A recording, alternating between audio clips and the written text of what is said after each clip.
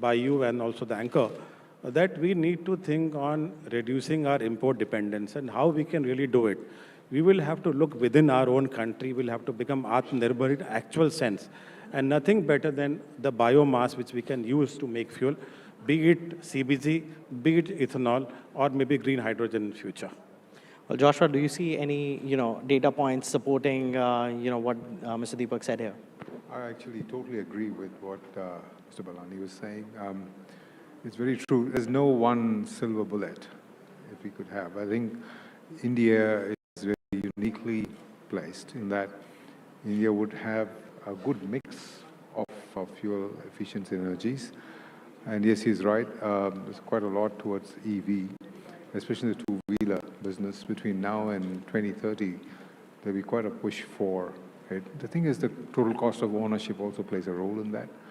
And from what I see, I think policy would play a backbone in that, but the cost of ownership would play a major role.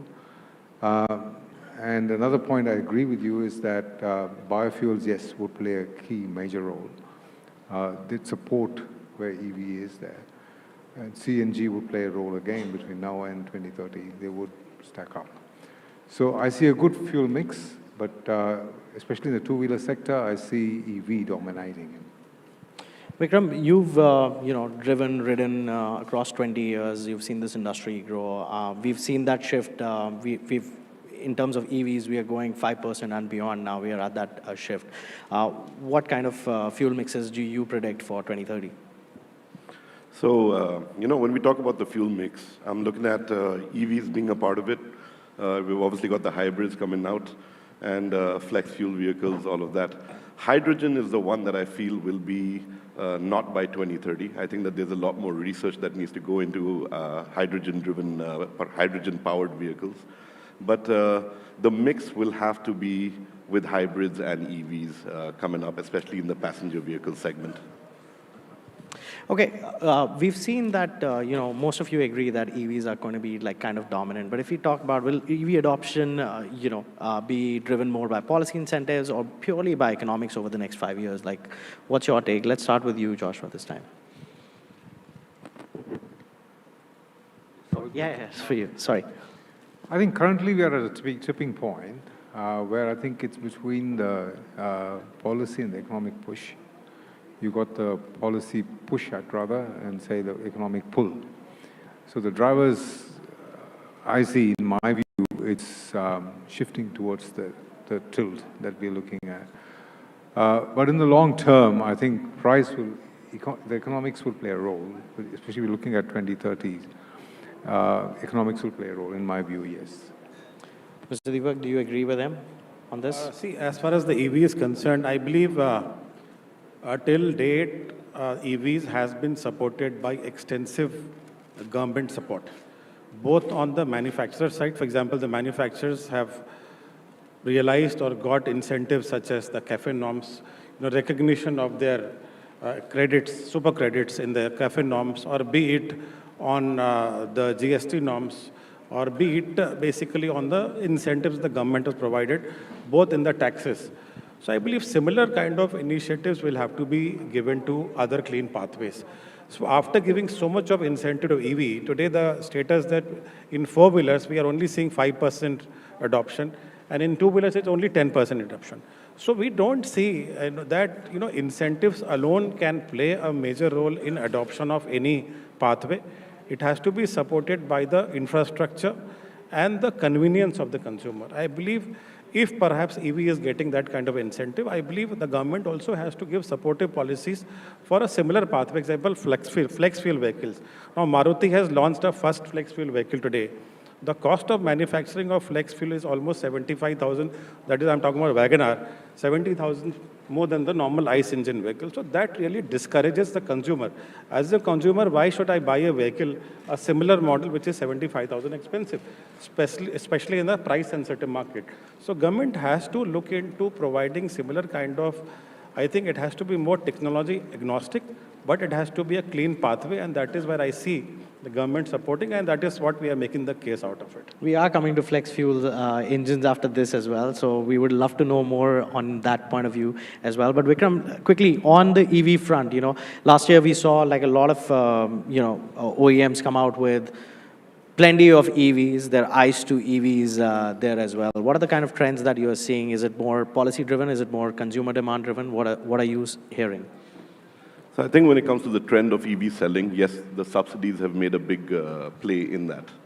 Because when you look at any life cycle of anything new introduced, you've got the early adopters coming out. These are the people who will buy it because they just want to be there. They're the guys standing at the front of the line to buy an Apple phone, even before knowing its first feature. But to get the masses to follow, right, they need to see the cost benefit. And I think that that's what the government provided by having, the subsidies in place and all of that. But it is a trickle at this stage. It's a very nascent stage in terms of EV sales when we look at absolute volumes. But now we're starting to see more and more people wanting to pick it up. I live in a village down south in Tamil Nadu, and the amount of two-wheeler EVs that I'm seeing now is picking up. So it's not just an urban phenomena. This is people finding the luxury of having something that they can charge at home and use conveniently. So I think we're now slowly nearing the tipping point. It's a little far away, but we're getting there. And we're going to see it more in the two-wheeler, last-mile mobility stage.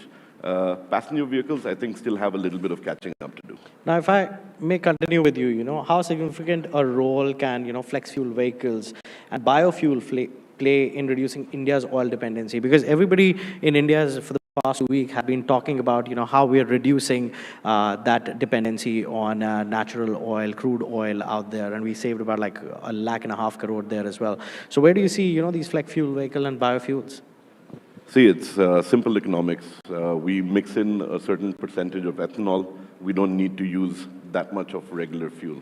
So it's pure math, and I think it will help reduce the dependency on what we're importing. From the production side of things, I believe that India has enough production capacity, right? There is enough distilleries out there to make the ethanol that is required for the country at this stage. So feel free to correct me if I'm wrong, but that's what I believe is already in place. What is the challenge is the raw material. So right now it's very sugarcane based. But looking at other molasses, looking at the waste being converted into ethanol, that is where the challenge actually lies, is maybe looking at even wheat or looking at corn or maize to also be a provider of flex. Let's ask Deepa Balani. He is the man right now to answer. Do you agree with Vikram over there? Yeah, so let me also give you some data for the benefit of the audience. See, E20, which we have achieved, is almost 1/5 of our petrol requirement. And we have saved almost 4.5 crore barrel imports and saved to the tune of 1.9 lakh crore import bill only by reducing the import of crude in view of the 20% ethanol. So that's a huge saving. That said, we have also given almost 1.6 lakh crore to the farmer, which is an additional income, and also the carbon emission reduction. So that is a huge, huge achievement. Going forward, now that the flex has been introduced, and considering that ultimately what is a flex fuel vehicle? Flex fuel vehicle is a modified ICE engine capable of taking any blend from E0 to E100. That's a materially compliant vehicle to take even 100% ethanol. For example, Brazil today. Brazil is having flex fuel vehicle for almost last 25 years. And with their base blend of 27% and E100, they have been able to achieve an average blend of almost 54-55%. That means they are only importing less than almost 50% of their energy requirement. That's a huge saving for the country. We must also look into the direction. And very specifically on your question, by 2030, if we have a organic growth of flex fuel vehicle, so there are two scenarios. One is that it is a customer choice whether they want to buy a flex fuel vehicle. Then perhaps the increment is going to be very gradual because a lot of incentives will have to be given. Another option is like Brazil, that every ICE engine perhaps could be mandated to be a flex engine. That also gives a benefit to the consumer. They have a choice. They have a choice of using which fuel Basically, they want to have a E20, which is a base blend, or a E85. So that's also a choice given to the consumer. And considering that every ICE engine becomes a flex engine going 2027 beyond, so by 2030, every new vehicle, for example, out of 50% vehicles sold till 2030, we will have almost flex fuel vehicle. So we are seeing, we will see an incremental requirement or a consumption of almost 500 to 600 crore liter, which will save additionally almost 70,000 crore for the government or for the country. So that's a huge thing. On the capacity, we already have the capacity of producing almost 2,000 crore liter of ethanol today by both grain and sugar industry. And as E20, the only consumption is only about 1,100 crore liter. So we are already sitting on a capacity of almost 800 crore liter extra, which is sufficient to take us till 2030-32. Going forward, as very rightly said by Vikram, we will have second generation ethanol also coming, which perhaps uses the agro waste, for example, bagasse or parali. IOCL already has a plant in Panipat, which is actually making a second generation ethanol using parali, because parali is a huge problem in Haryana and Punjab. Similarly, Assam also has a 2G plant using bamboo. So these technology will mature. So by the time we will have more capacity, more consumption, we'll have more technologies coming in. Joshua, what is your take on this, being at Global Bio Alliance, like what are the kind of trends that you're seeing? What are the kind of, future bets we want to place on? Look, irrespective of what's going on, the narratives that are going on around the markets, it's in my view that biofuels are and will continue to always be the answer, especially when it comes to decarbonizing the existing fleet of vehicles that we have on Indian roads, and also being futuristic on that.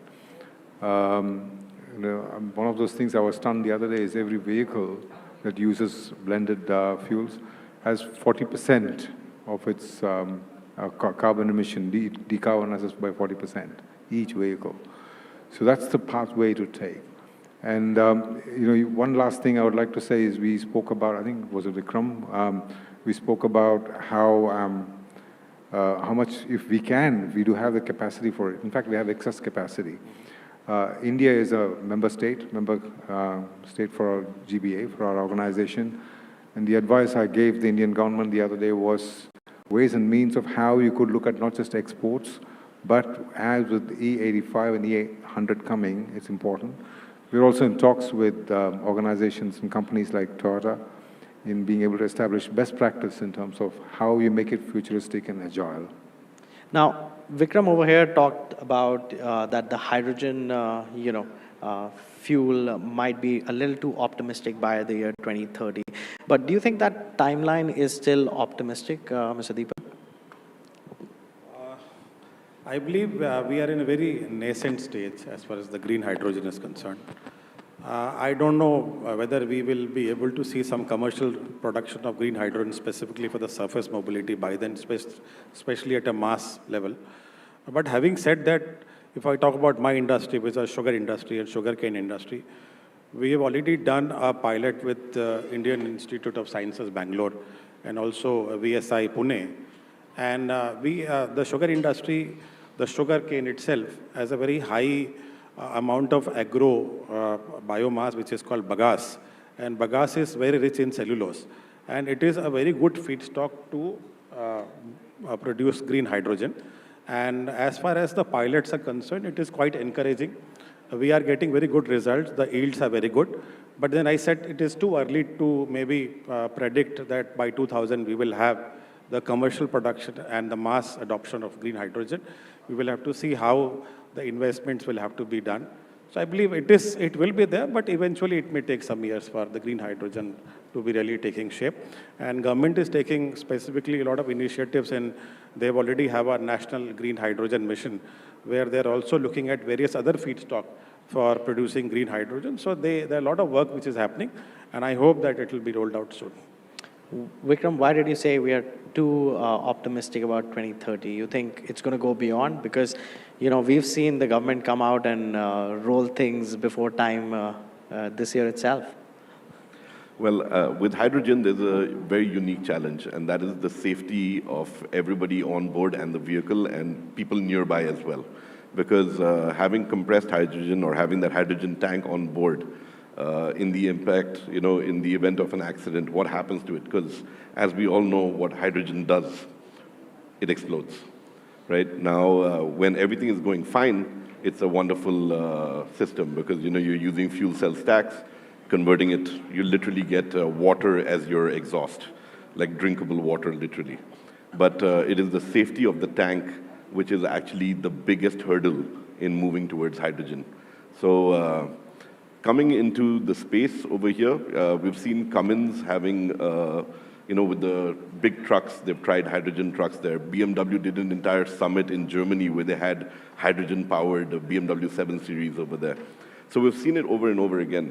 Mercedes has been experimenting with this since the 90s.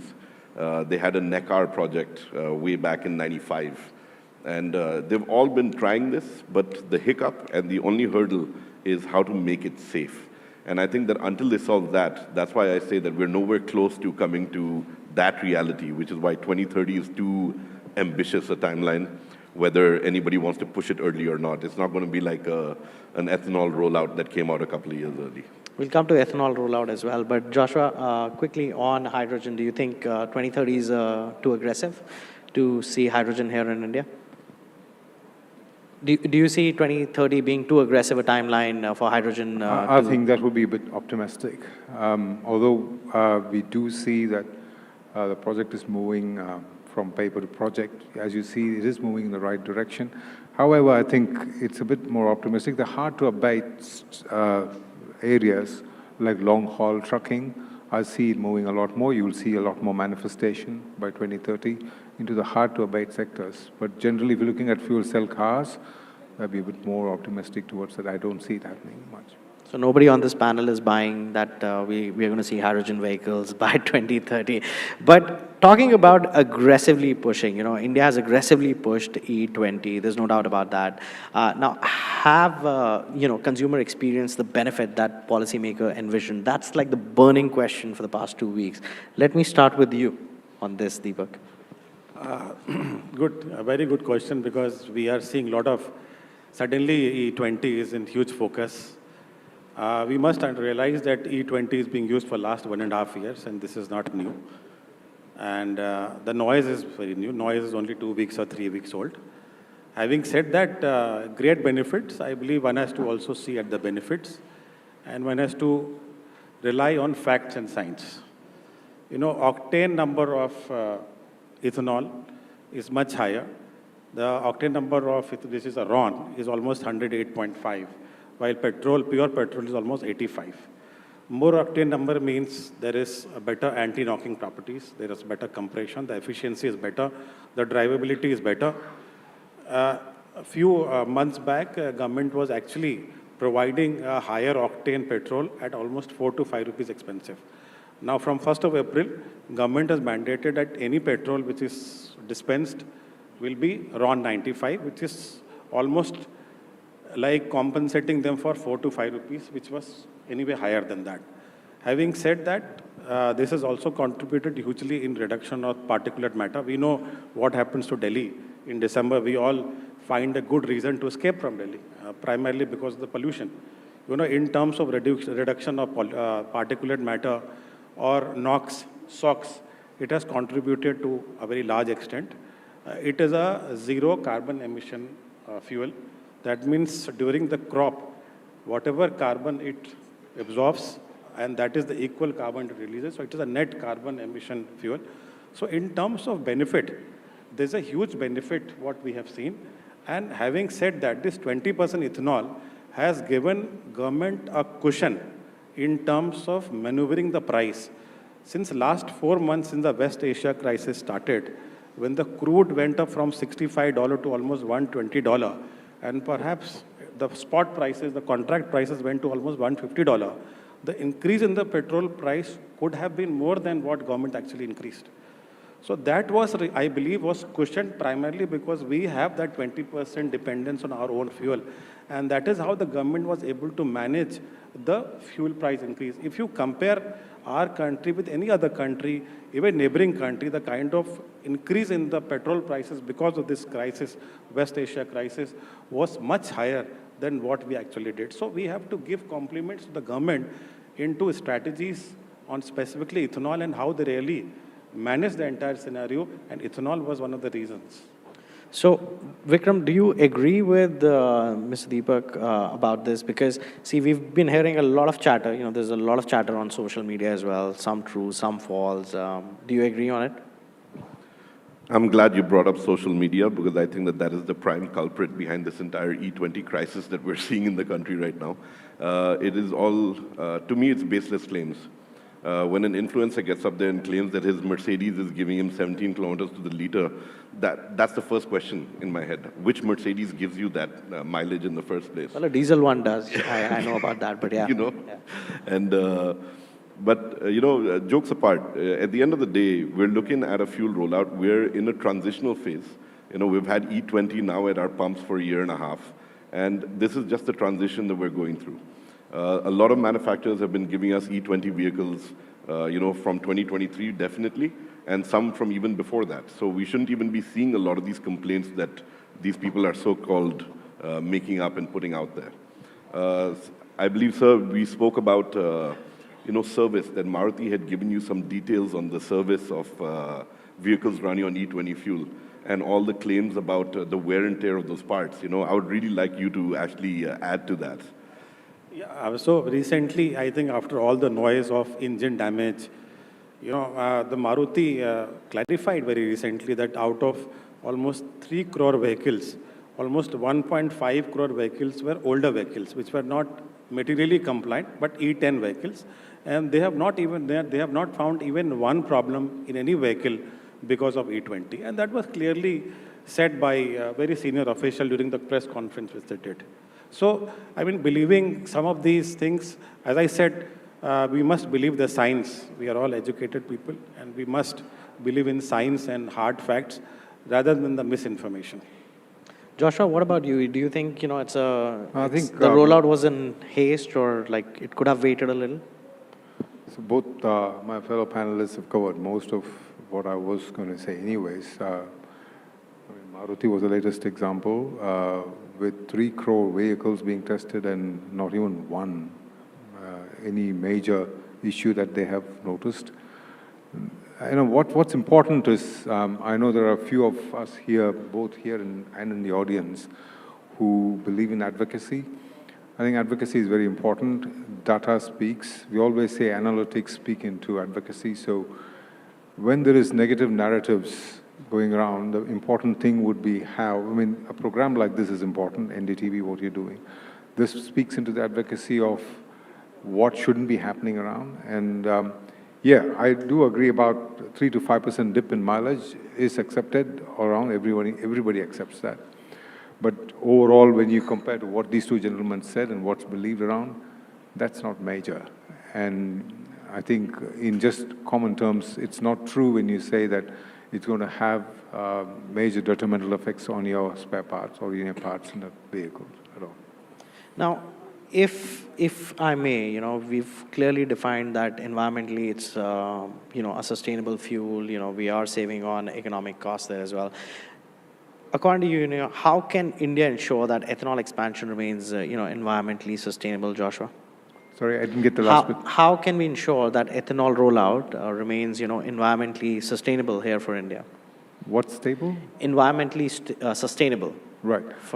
So, well, like I said, it is on its own sustainable. Like it cuts 40% emission. Each vehicle cuts 40% emissions on it. So that makes it sustainable on its own.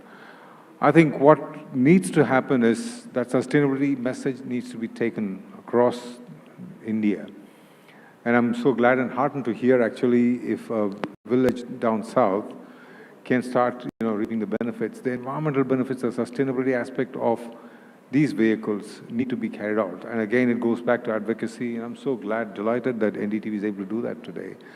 And sustainability, talking about how it benefits the farmers in terms of getting into the 2G effect of it. The 2G, as we go forward, we'll be talking about it going forward. That adds to the sustainability of it. So there's this food versus fuel narrative that's going on. So there again, we talk about sustainability and how ethanol, be it all 2 generation, the second generation ethanol speaks into it, the very heart of it. Now, sustainability is not just, like in terms of like how the vehicle is filled up and, how it is grown, but also in the manufacturing process. How do we ensure that, Mr. Deepak? See, if we talk about the sugarcane industry, sugarcane is one crop where everything is used for making a product. It is the complete circular economy in work, in action. Having said that, sugar industry, for example, it has distillery, it needs steam consumption, it needs power. What it uses, we don't use the coal grid or coal generated power. Our industry uses bagasse for power generation. In fact, 50% of my captive consumption is used by the industry itself, and rest is exported to the grid. So it's a pure circular economy with a lowest carbon emission. Now, interestingly, we did a LCA, which is a life cycle analysis of 1G ethanol, which perhaps takes the entire life cycle, including the crop and also the entire distillation process. And because of the processes which we use, the entire life cycle analysis, the carbon emission index for 1G ethanol was the lowest in the world, which was only 21 gram of CO2 per megajoule, which is lowest for any feedstock in the world. And that is something which we must take proud of. That is number one. Number two, we also use for example, the byproduct, the final product which comes out of distillery is something called spent wash. Now, spent wash is very rich in potash. And today, as a country, we are importing huge amount of potash for our fertilizers. So what we are doing is we are incinerating that potash, spent wash, granulating it, and it is actually a PDF, which is called potash-based fertilizer, which is being supplied to the fertilizer companies, and this works as a very good fertilizer, very rich in potash, and a good replacement of MOP and the urea. So there are a lot of sustainable practices which are being followed in the industry. One point I would like to address, because this is also in media, in social media specifically, that this entire process, there is a huge water usage. I was about to come to that. Now, Yeah. for example, if you talk about the water usage, once the sugarcane comes to the factory, distillation factory, only about 3 to 5 liters of water is used to make 1 liter of ethanol. The talk about 10,000 liter, 3,000 liter, I don't know how it has come. We must understand that even if you take the crop, there are two things. There is something called green water, there is something called blue water. Blue water is our rainwater. That would have anyway gone to the ground. That is not that crop is using that. That is actually getting into the groundwater. So we must not see that every water which is flowing is being utilized by the crop. So we must be very factual. But as I said, for the distillation process, we are only using 3 to 5 liters. And talks about 10,000, 3,000, 4,000 is absolutely infactual and misinformed. Well, if you've been hearing that, Mr. Deepak says it's not like that. Yeah, go ahead, Joshua. Sorry, when you talked about water, something else came to my head. A couple of days back, I was in Queensland meeting some sugar farmers. And there they have what they call smart irrigation. And these smart irrigation, because one of those false narratives that keeps coming up again and again is water being spent during the cultivation. When you had Mr. Balani talk about water when it comes to the distillery. But even during cultivation stage, smart irrigations, including sensors and mechanisms that allow the fertilizer and the water to remain and not kind of flow out. So because it optimizes the water logging there, rather than the water runoff and lose the fertilizer and the water, so water is conserved. That's a key sustainability findings that they have, something that can be replicated.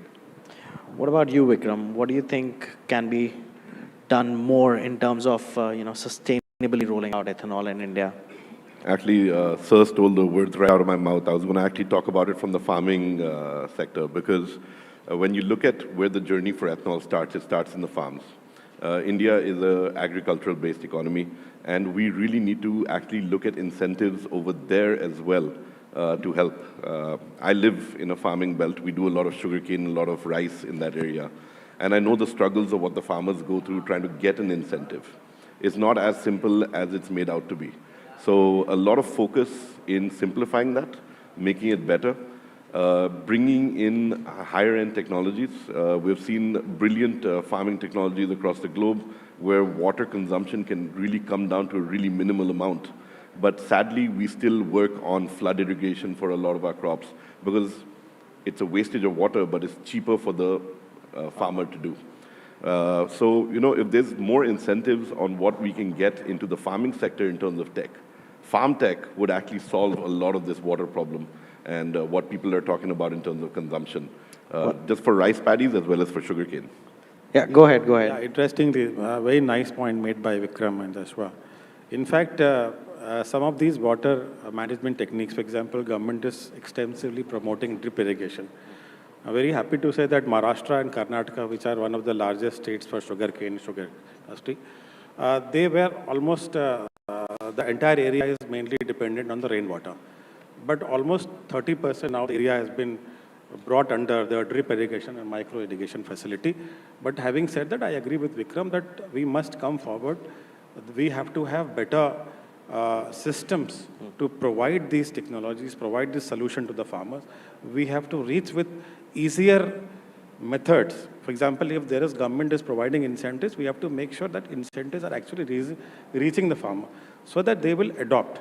One also very interesting things which we have done specifically is that use of AI and machine learning in farming sector.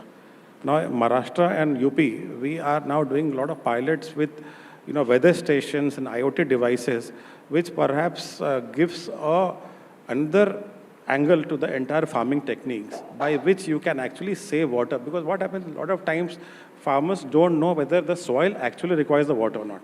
So they are just giving water which is actually not required.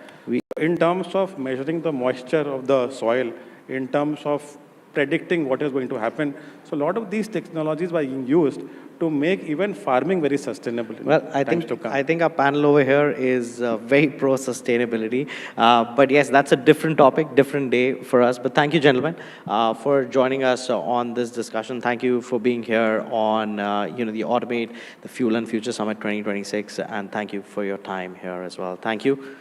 Yeah, we'll have a quick photograph, and then we move on to our next panel.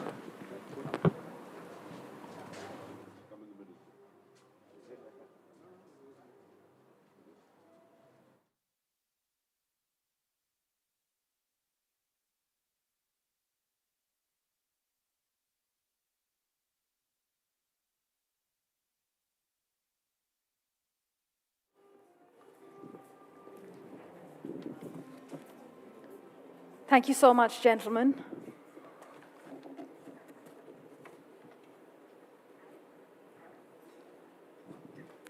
Well, the next conversation focuses on everything consumers rarely see: a charging station, a transmission line, a battery recycling facility, critical minerals sourced halfway across the world.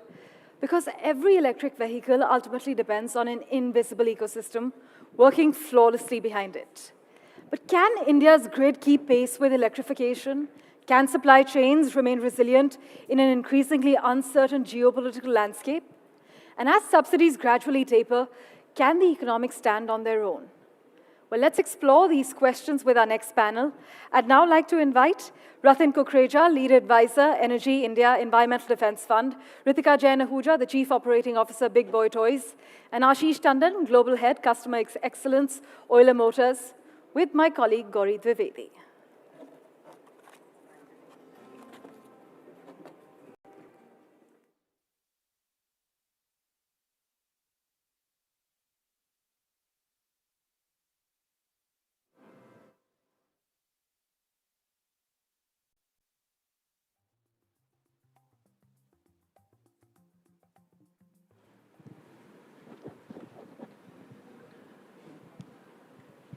I think the most important context has been set now, which is about how do we really put the nuts and bolts with regard to EV space, put the entire aspiration behind the ecosystem. And I think that's the larger challenge. Do we have the ecosystem in place?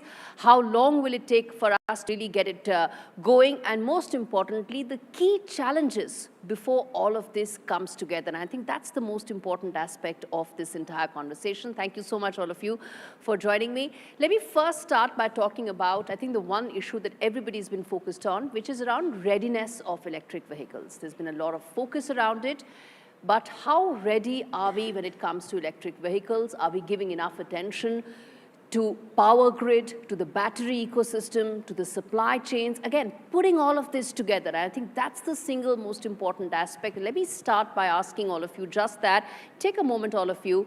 Of course, we start with the lady on the panel, and then take a moment, explain the larger context, but putting some of these issues that I just pointed out at the front and center of the argument. Yes, Ritika, we start with you. Thank you so much. So it's lovely to be here this afternoon, and I think you have a great group sitting here. So I think right now we are pretty much in the phase 1, which is getting everyone ready for the EV and getting everyone accustomed to the fact that they need to start buying and start owning an EV vehicle. But of course, that's the first step. But I don't think we are that ready yet with the infrastructure, with the grid, with the battery backup, the battery warranties, the resale values. There's a lot, I think, that one needs to think of. But that is definitely something that I feel that the government is working on, and it's a plan in action for the phase 2. But I would also want to hear what other people have to say and then probably fill in. Ashish, you want to come in there? Because you, of course, have a perspective coming in from commercial vehicles point of view, also the scalability point of view, but walk us through some of these aspects that we just spoke about. Thank you. So I represent Euler Motors. It's a young startup company making commercial vehicle electric, 3-wheeler and 4-wheeler. So I agree completely with Ritika that on the first leg, which is electric vehicles, lot of readiness is there, lot of products you can find.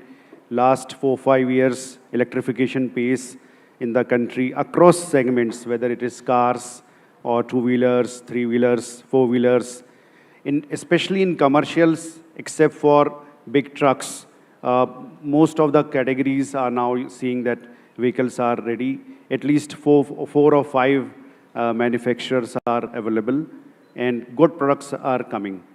The real challenge, I think government has worked mostly on creating the demand side incentives, whether you call it FAME or various tax waivers.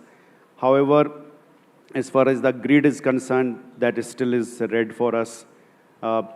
Charging stations, that anxiety still continues in the minds of the consumers that if I buy EV, what happens, where do I charge? So I think these are some of the challenges which are there in the minds of the customer before electrification really picks off very well. And really takes on the kind of scale that Indian market really needs to make that kind of a big difference, both in terms of an environmental aspect and, of course, in terms of daily lives and the habitual changes that we want to bring in. And we're going to focus on that as well and some of the other aspects of the supply chain. Ratan, let me then ask you, you've been writing a lot as well about what all are the kind of changes that we need to bring in. Help us understand the larger aspect that we are talking about, the nuts and bolts of putting the entire ecosystem behind the kind of aspiration that India has spoken about. Your thoughts? Yeah, first of all, a very good evening to all, and thank you, NDTV, for having me here.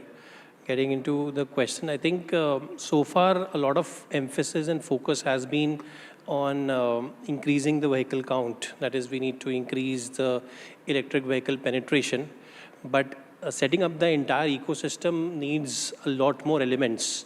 So when I say a lot more elements, we're talking about the charging infra. Again, on charging infra also, we talk about so many chargers needs to be built in. But if someone looks at the charger utilization data, it's 10 to 15%. So 85% the chargers which have been installed, they're sitting idle. So we need to make sure that... Why is that so? Why is that so? Are there not enough vehicles? Yes. Or are they at places where they cannot be accessed? What's the issue? Yes, so we need to come and track different KPIs. One is the charger uptime. If we have installed the charger, we need to make sure that it is working correctly. Second, the charger has to be located at the correct location, right? That is also important. So there is something known as charger density also. So we need to make sure that we are not only tracking the number of chargers, we are tracking about the charger utilization, the charger density, we are talking about the charger uptime. So so one is vehicle, second you move to charger, third you move to the distribution side, which again has not been taken care so far. When you say distribution, let's say there is a residential colony in Delhi. Say 5 years down the line, if everyone starts having EVs, while the grid will have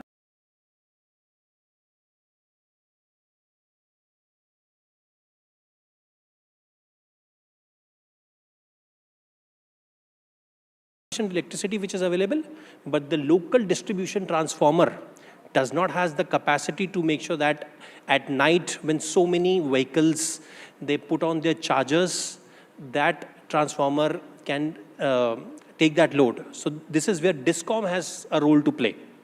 Then moving to, when I talk about that adequate vehicles, the government is focusing a lot on the vehicles, putting schemes on subsidy, but the upstream side is also very important. It should not happen that we move from petrol, which is an import, to importing batteries or cells from China. And I think that's one thing that many have been saying, that Yes. should we then, make sure that we don't move from dependence on one particular kind of supply chain to dependence on another kind of supply chain. And this conversation is so important given the larger national discourse that is happening right now, not just with regard to ethanol, but with regard to whether or not India is ready to move beyond fossil fuel to really power its larger transportation network. And I think that's the most important aspect. And, let me ask you then about just this, which is the specifics of it. Unless we talk about the specifics, we really can't move ahead, which is about, battery recycling being another very important challenge. Who will really own end-of-life batteries, whether it's going to be the OEMs, whether it's going to be the recycler, whether it's going to be fleet operator, or does it all land up on the consumer's head only? And that's how we sort of close the loop. And I think unless we close the loop, we really can't move ahead. Ritika, you want to come in there? And then Definitely. I get in Ashish as well. So I feel it's very important that there's a shared accountability for this. Right now, there's, of course, a lot of confusion because the consumers are put on a spot where they don't have a choice because of the policy, but to kind of switch to an EV vehicle. But I think as you kind of move forward, there would be certain problems that would come with the batteries and certain things which people have not even realized the kind of issues that we can have, because it's too early to kind of even figure out that what are the 1, 2, 3 problems that can come. It's not only about the warranty, or it's not only about how we are going to scrap it, but there could be many more which we don't even know of. So keeping that in mind, I feel it's very important that there's a shared accountability with the manufacturers or the OEMs and, the whole infrastructure, that what is going to happen, because it's going to be a learning process for everyone. We would kind of... And that's the one thing. Are we still in that learning phase, or have we moved ahead on that learning curve? Because it's only then that those learnings will come into actionable policy items, and that's how we move ahead with some of these aspects, isn't it, Ashish? Yeah, correct. So now if we look at end of life of the batteries, so I think in the next 2 years, the real wave of, batteries coming back into the service stations or for the purpose of recycling would start coming, because while the electrification started from 2019-20, the real numbers, that is in big chunk, started happening from 2023-24. So assuming, say 10 lakh vehicles, 10 lakh batteries start coming from 2028. So now what do we do? So the recycling, the point which has been mentioned, government has made all OEs as the, on paper, that they are the responsible morally as well as financially, that end of life has to be taken by the manufacturer only through the purpose, through recycling. Now, on paper, this EPR rule, that extended producer responsibility rule, looks fine, but as Ritika pointed, that consumer doesn't know what is to be done. So I think we got to solve these problems into two phases. That before the battery goes for the recycling, there is still a life in the battery, and that's where the repurpose happen. So if we give, say, 10 lakhs 10 lakhs batteries to the recyclers, will they be able to repossess, extract the minerals, or will there be enough capacity in the country where you say that so many 10 lakhs or eventually, crores of batteries getting recycled? Perhaps no. Economically, as of now, recycling is still seems to be an unviable business because the kind of chemistry involved. So how do we then close it? How do we ensure that we surmount this challenge? Does it require policy intervention? Does it require a more collective corporate action? Does it require some citizen involvement as well? Citizens, I mean car owners, of course. How do you close? Because unless you figure out how will you dispose of these batteries or how will you recycle them, you cannot achieve scale. Yeah, so one way is, see, it's a collective responsibility. Somebody in the village using EV, he doesn't know what to do with the battery. And when it goes to the service station has to tell him that the performance of the battery in terms of range is declining or it is going to decline. The predictability part of the EV, what you are using. So, for example, we at Euler Motors, we have devised a system that by remote controlled, you can understand that, you can know that what's the state of health of your battery. For example, in your iPhone, you click that button and you know the state of the health of your battery, say 80%, and then you decide that, to replace that. So now there is one more theory of repurpose, which is building up. Now, I think in India, we can't go to recycling directly. The usage of electric vehicle, in battery usage in the EVs is a high performing, high demanding. Whereas in the stationary applications, like suppose we make a battery energy storage system, and we say that so many crores of batteries are coming, the OE knows what's the health of that battery, make it as a stack, and uses as a BESS, a battery energy storage system. And that's how you can solve this two problems. One, the input of this BESS, I'm proposing a system called authorized repurpose center, certified repurpose center. Suppose we make that one solution. Now what it does, it collects all the batteries from the OEs, make a big stack of BESS. All right. And then put the output of this electricity into the national energy storage system. Okay. So wherever you have the, for example, Ratik mentioned that the peak demand is still not solved in EVs. Now, how do you solve the peak demand? Because most of the guys will come in the evening, because parking will be there in the evening or in the night. Yes. And that time they would charge EVs. Now, how do you solve that peak demand?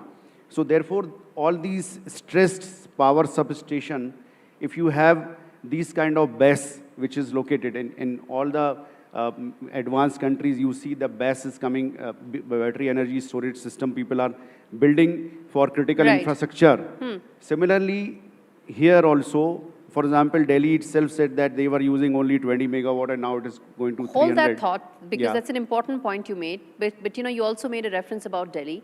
And Ratin, let me bring you in on the aspect with regards to the Delhi EV policy, the larger issue with regard to whether or not electric vehicles economics are now adding up or not. Can they stand on their own leg? Because unless they do, you really cannot have electric vehicles achieve true mass market affordability. And that's really the end goal, isn't it? How do we get there? Is EV economics, in your sense, adding up? So I think if currently what is happening is obviously all the EV policies are very heavily backed by government. If these policies have to fade away, it means the economies have to be built in by scale, by demand, by localization. So localization is a very important role here, because in an electric vehicle, the majority cost is of the battery. And I think all of us are here aware that a lot of our imports on battery are coming from China. Essentially, India is currently only assembling the batteries.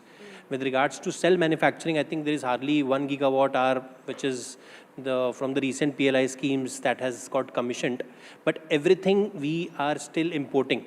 So if the prices of lithium increase in the global market, battery cost is going to increase, the cell cost is increased, and EV cost will again increase. If there is another war, say similar to West Asia, or say our ties with China don't go in that direction, then again you would see that the prices go on increasing.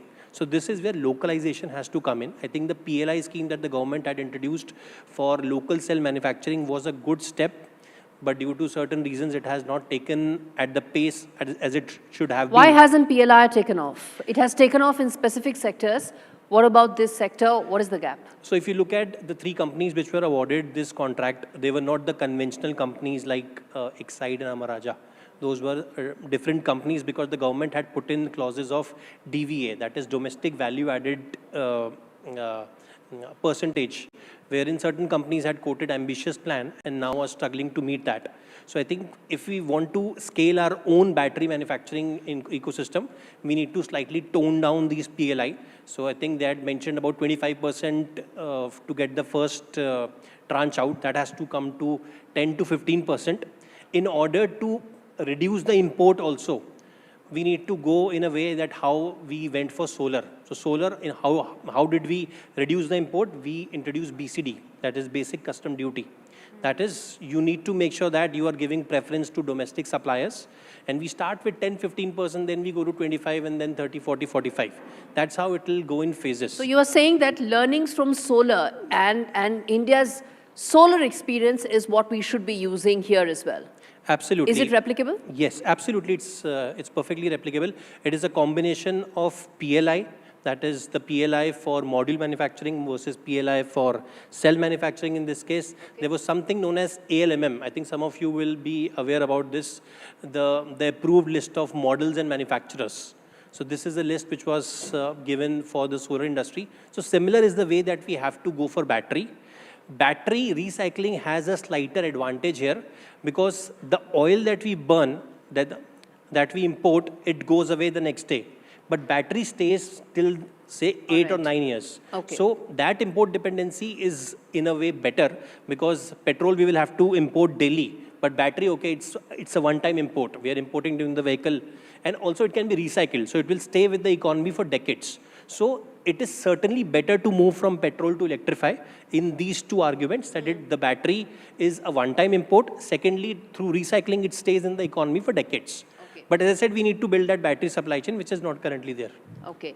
Let's now look at a larger and a more big picture question, Ritika, which is around how do we really ensure that we have rapid electrification, even as we ensure that we have energy security, and we have a certain amount of resilience with regard to supply chain. These are, some would say, conflicting demands, but essentially that's what the policy needs to ensure. How do we get there? So I feel that answer was really well taken by him. But I think one point that all of us are not really talking about is that what is going to give confidence to the customer. We are talking about so many things that, you know, the grid and the electrification and the battery warranties. But I think as someone from the pre-owned industry, what I am really thinking about is what is the resale value of these cars. Are the customers today buying these cars? I think the confidence that is also going to come in is that what is the resale value? They're investing a certain amount of money today. Is it only for a certain limit? Is there a buyback that they're going to get on their cars? So I think this is a problem and this is a solution which I have been thinking from this industry in my mind. Because answers like this and questions like this. So what is the solution then? So see, people like us who are into the industry, where I feel that we are also simultaneously working on the fact that how are we going to work with these batteries? Are we going to import it ourselves? Because we have been importing parts of different cars for other people. Should we be also taking interest in the battery and the warranties and everything? what would be the buyback theory if somebody is buying an EV car today, but they want to sell it after 4 years? How the pricing and how is everything going to change for them? I think that is also something that is a very important part which I feel is not being talked much. And I think that can really give a lot of confidence to the consumers once they know that... Is that an apprehension right now? And is that actually stopping people from making those purchases and shifting to EV? 100%, because right now, I think in the last 1 year, I have seen about 40% increase of the demand of EV cars. And every person has come to us asking the similar question, what's the buyback? You know, is this a one-time thing for us? Because with all other cars, that was never an apprehension. But that is something people are genuinely thinking about. Is it just money done and dusted?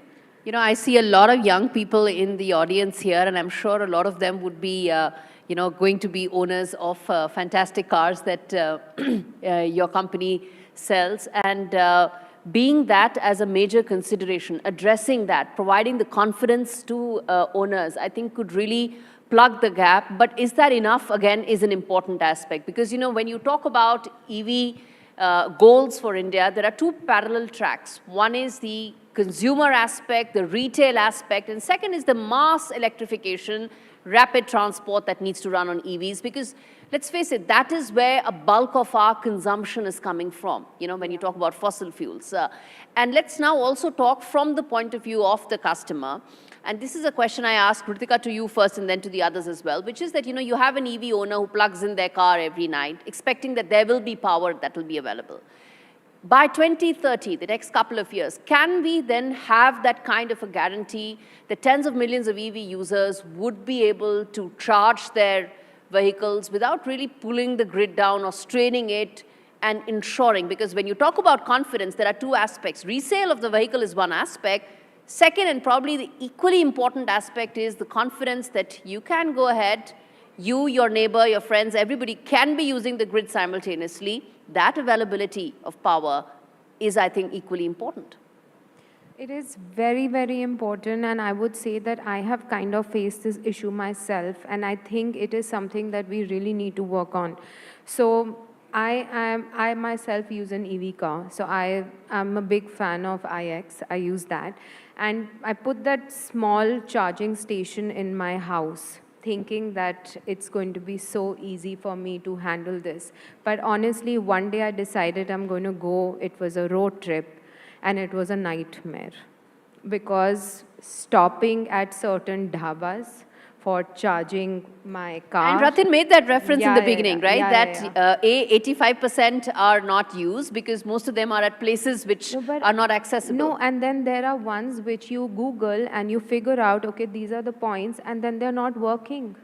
What to do then? And I really feel like as of right now, we are definitely not ready. Did you manage to reach to your destination, first of all? How was the holiday there?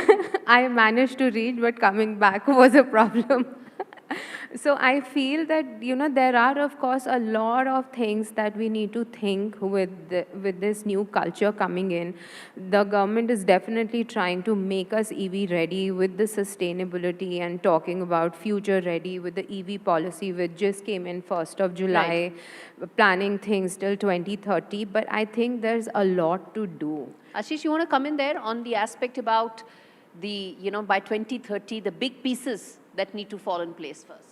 Yeah, so I think currently, say, 8 million EVs which are running on road, consuming 0.5% of the total electricity generated per day. And if 2030 you're talking about large numbers, then it would be maybe 6 to 7%. So it's going to be a 10-fold increase. So are we first prepared grid-wise? So I think government has to take that grid in their thing, and I'm sure renewables and the kind of solar or wind, these are increasing rapidly, and government has done a good job over there. My submission there would be that how do we make PLI schemes redirected, which are unutilized PLIs. You see that ACC PLI is hardly 2% used. So can that be used for the proposal which I made about that policymakers can think about this fund which is of, say, 2,000 crores, 18,000 crores, sorry. can be used for creating the certified repurpose centers. Or in terms of technology-wise, I think the responsibility of OEs would be to first create high-performing products and solutions. So for example, when the EV started, they were giving X range. Can it get doubled given the same thing? So then you have lower electricity consumption per kilometer. In the India में तो वो चलता है ना, कितना देती है, that thing, so unless the range increases the performance and therefore the electricity consumption overall reduces. On the resale part also, I think technology plays a big game where component-wise component, you can ascertain the residual life. Right. And with that, say if we started Euler Assured as a company where we said that, okay, we put the software and we can know that, say, 14 components will have this much of residual life. And then we certify that and say that this is the next purchaser would get this much of extra warranty. Say, suppose somebody has run 5 years and the residual life balance is 3 years.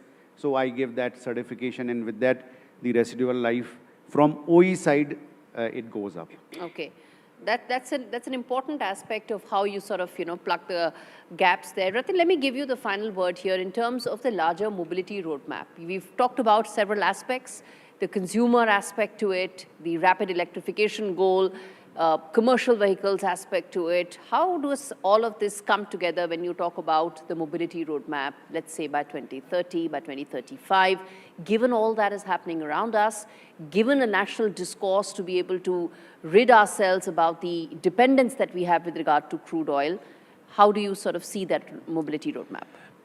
So I think different actors will have to play different roles. I think one point that I wanted to highlight on your previous question was whether a customer will be able to charge its vehicle in the night. So again, I think the DISCOM's role we undermine sometimes when we talk about EV.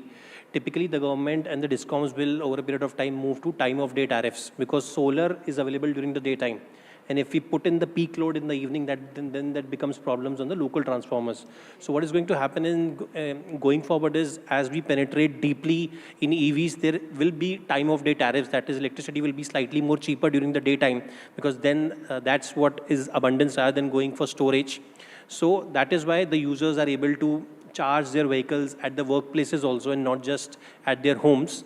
And in the evening, because of the transformer capacity, because of the peak load and all, this will typically be slightly more costly. So this is why whenever we are having an EV discussion, I think the DISCOM role is very important. Then coming to your question on how the overall roadmap should be looked at, and as I said, each actor will have to play its own role. But the single most important role going forward, if the government has to remove the subsidy, is the localization of the supply chain, which I mentioned about battery, because this is most difficult and it will take at least a decade, even if we start now, because India does not have any refining capacity of lithium. The supply chain of battery starts from mining to refining to making manufacturing cells and assembly. So we are only doing assembly. India does not have any lithium reserves, or I should say that we've recently found one in J&K, but we don't have any refining capacity on lithium. So we are going to always be dependent upon countries like China, Australia, which have lithium reserves or which are making manufacturing cells. But in today's day and age, can you actually own the entire supply chain? It's hardly likely that any country would be able to completely own up the entire supply chain. So second hurdle is that if you can't set up your own refining capacity, or you don't have your own mines due to natural and geological reasons, then you tie up and build MOUs with certain countries. Long-term offtake agreements where these countries are again sure that they will be able to get buyers, and we are sure that our prices remains stable. Because if the government has to remove subsidies, the prices have to go down.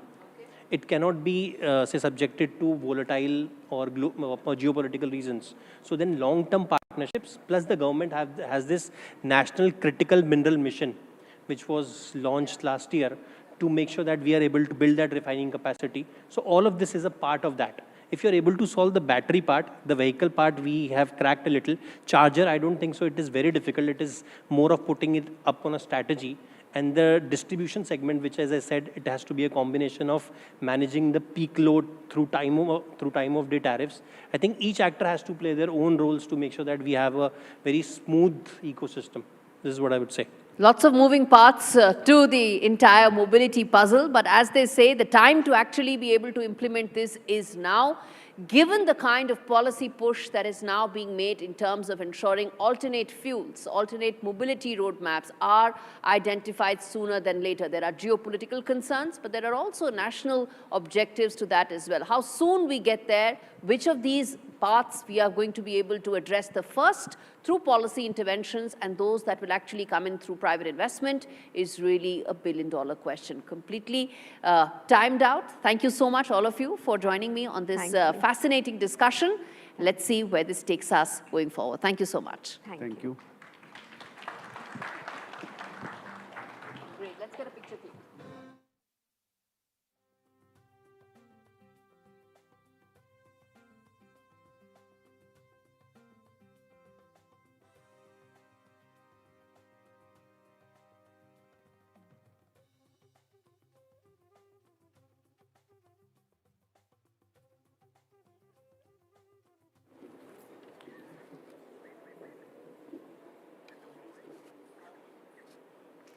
Well, innovation is often measured by products, while transformation, that's often measured by infrastructure. Our next guest has spent years building one of the foundations of India's electric mobility ecosystem, charging infrastructure. As EV adoption gathers pace, the conversation is shifting from whether India needs charging stations to whether we can build them at the scale, the speed, and reliability the country demands. On that note, please welcome Ashwini Dikshit, founder of Levanto Green, along with my colleague Siddharth Sharma.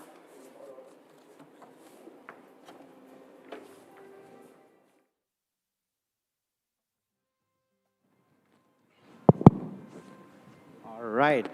So our next guest is a firm believer that future isn't something that we wait for.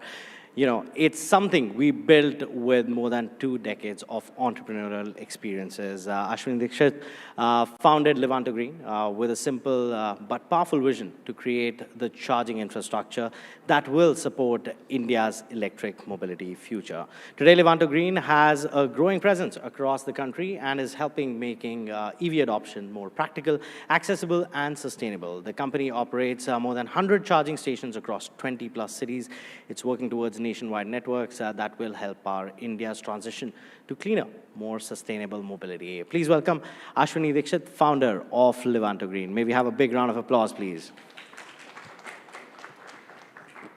Thank you, Ashwini, for joining us over here. Now, you entered the EV charging space after building businesses across industries, right? What convinced you that charging infrastructure rather than vehicles, because a lot of people want to go into EV vehicles, would become one of the most critical enablers for India's mobility transition?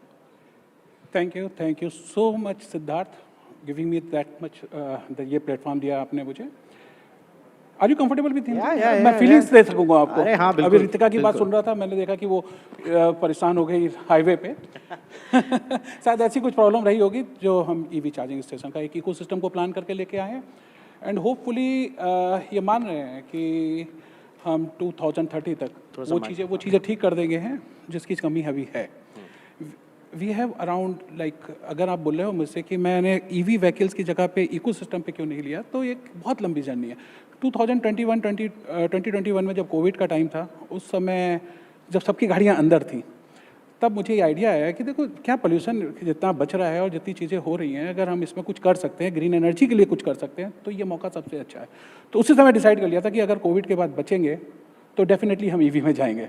और उस समय तो ऐसा सोचा भी नहीं था कि ऐसी रेवोल्यूशन आ जाएगी. जिस समय मैंने ये 2023 में ईवी को लेकर आया हूँ, ईवी इको सिस्टम को लेकर आया, तब तक तो ऐसा सोचा भी नहीं था कि 2026 में 5% या 6% यूजर्स आ चुके होंगे. वही एक डिसीजन था जिस पर लेकर आए. और उसके बाद में रही बात ये कि हमने क्यों ईवी में आने के बाद में इको सिस्टम पे गए डिस्पाइट ऑफ OEM. तो OEM पे बहुत बड़े बड़े जाइंट ऑलरेडी थे. और जहाँ पर देखा गया तो मुझे ये लग गया कि अगले 10 साल तक अगर हम बात करेंगे हैं गाड़ियों की, तो गाड़ियों की कमी नहीं आएगी, दिक्कत आएगी केवल इकोसिस्टम की. और उसमें इंफ्रा में ना कोई कंपटीटर नहीं होता. तो इंफ्रा की अगर हम बात करें, इंफ्रा काफ़ी हद तक ग्रो भी हो रहा है, आपके कंपेटिटर्स भी हैं, पर अगर हम 2030 की बात करें तो आपको बिगेस्ट इंफ्रास्ट्रक्चर गैप्स कहाँ लगते हैं ये ईवी एडॉप्शन को लेकर? गैप हैं, लेकिन अब आप ये मानो ना कि ये छोटा बच्चा है, बेबी स्टेप ले रहा है, टाइम लगेगा। 2030 का टारगेट है, तो धीरे धीरे चीज़ें आएंगी। आज हम सबसे बड़े गैप को अगर मानते हैं तो हमारे डेंसिटी का बहुत बड़ा गैप है। कहीं पे तो 1 किलोमीटर में हमें 5 चार्जर मिल जाएंगे, कहीं 50 किलोमीटर तक हमें चार्जर नहीं मिलेगा।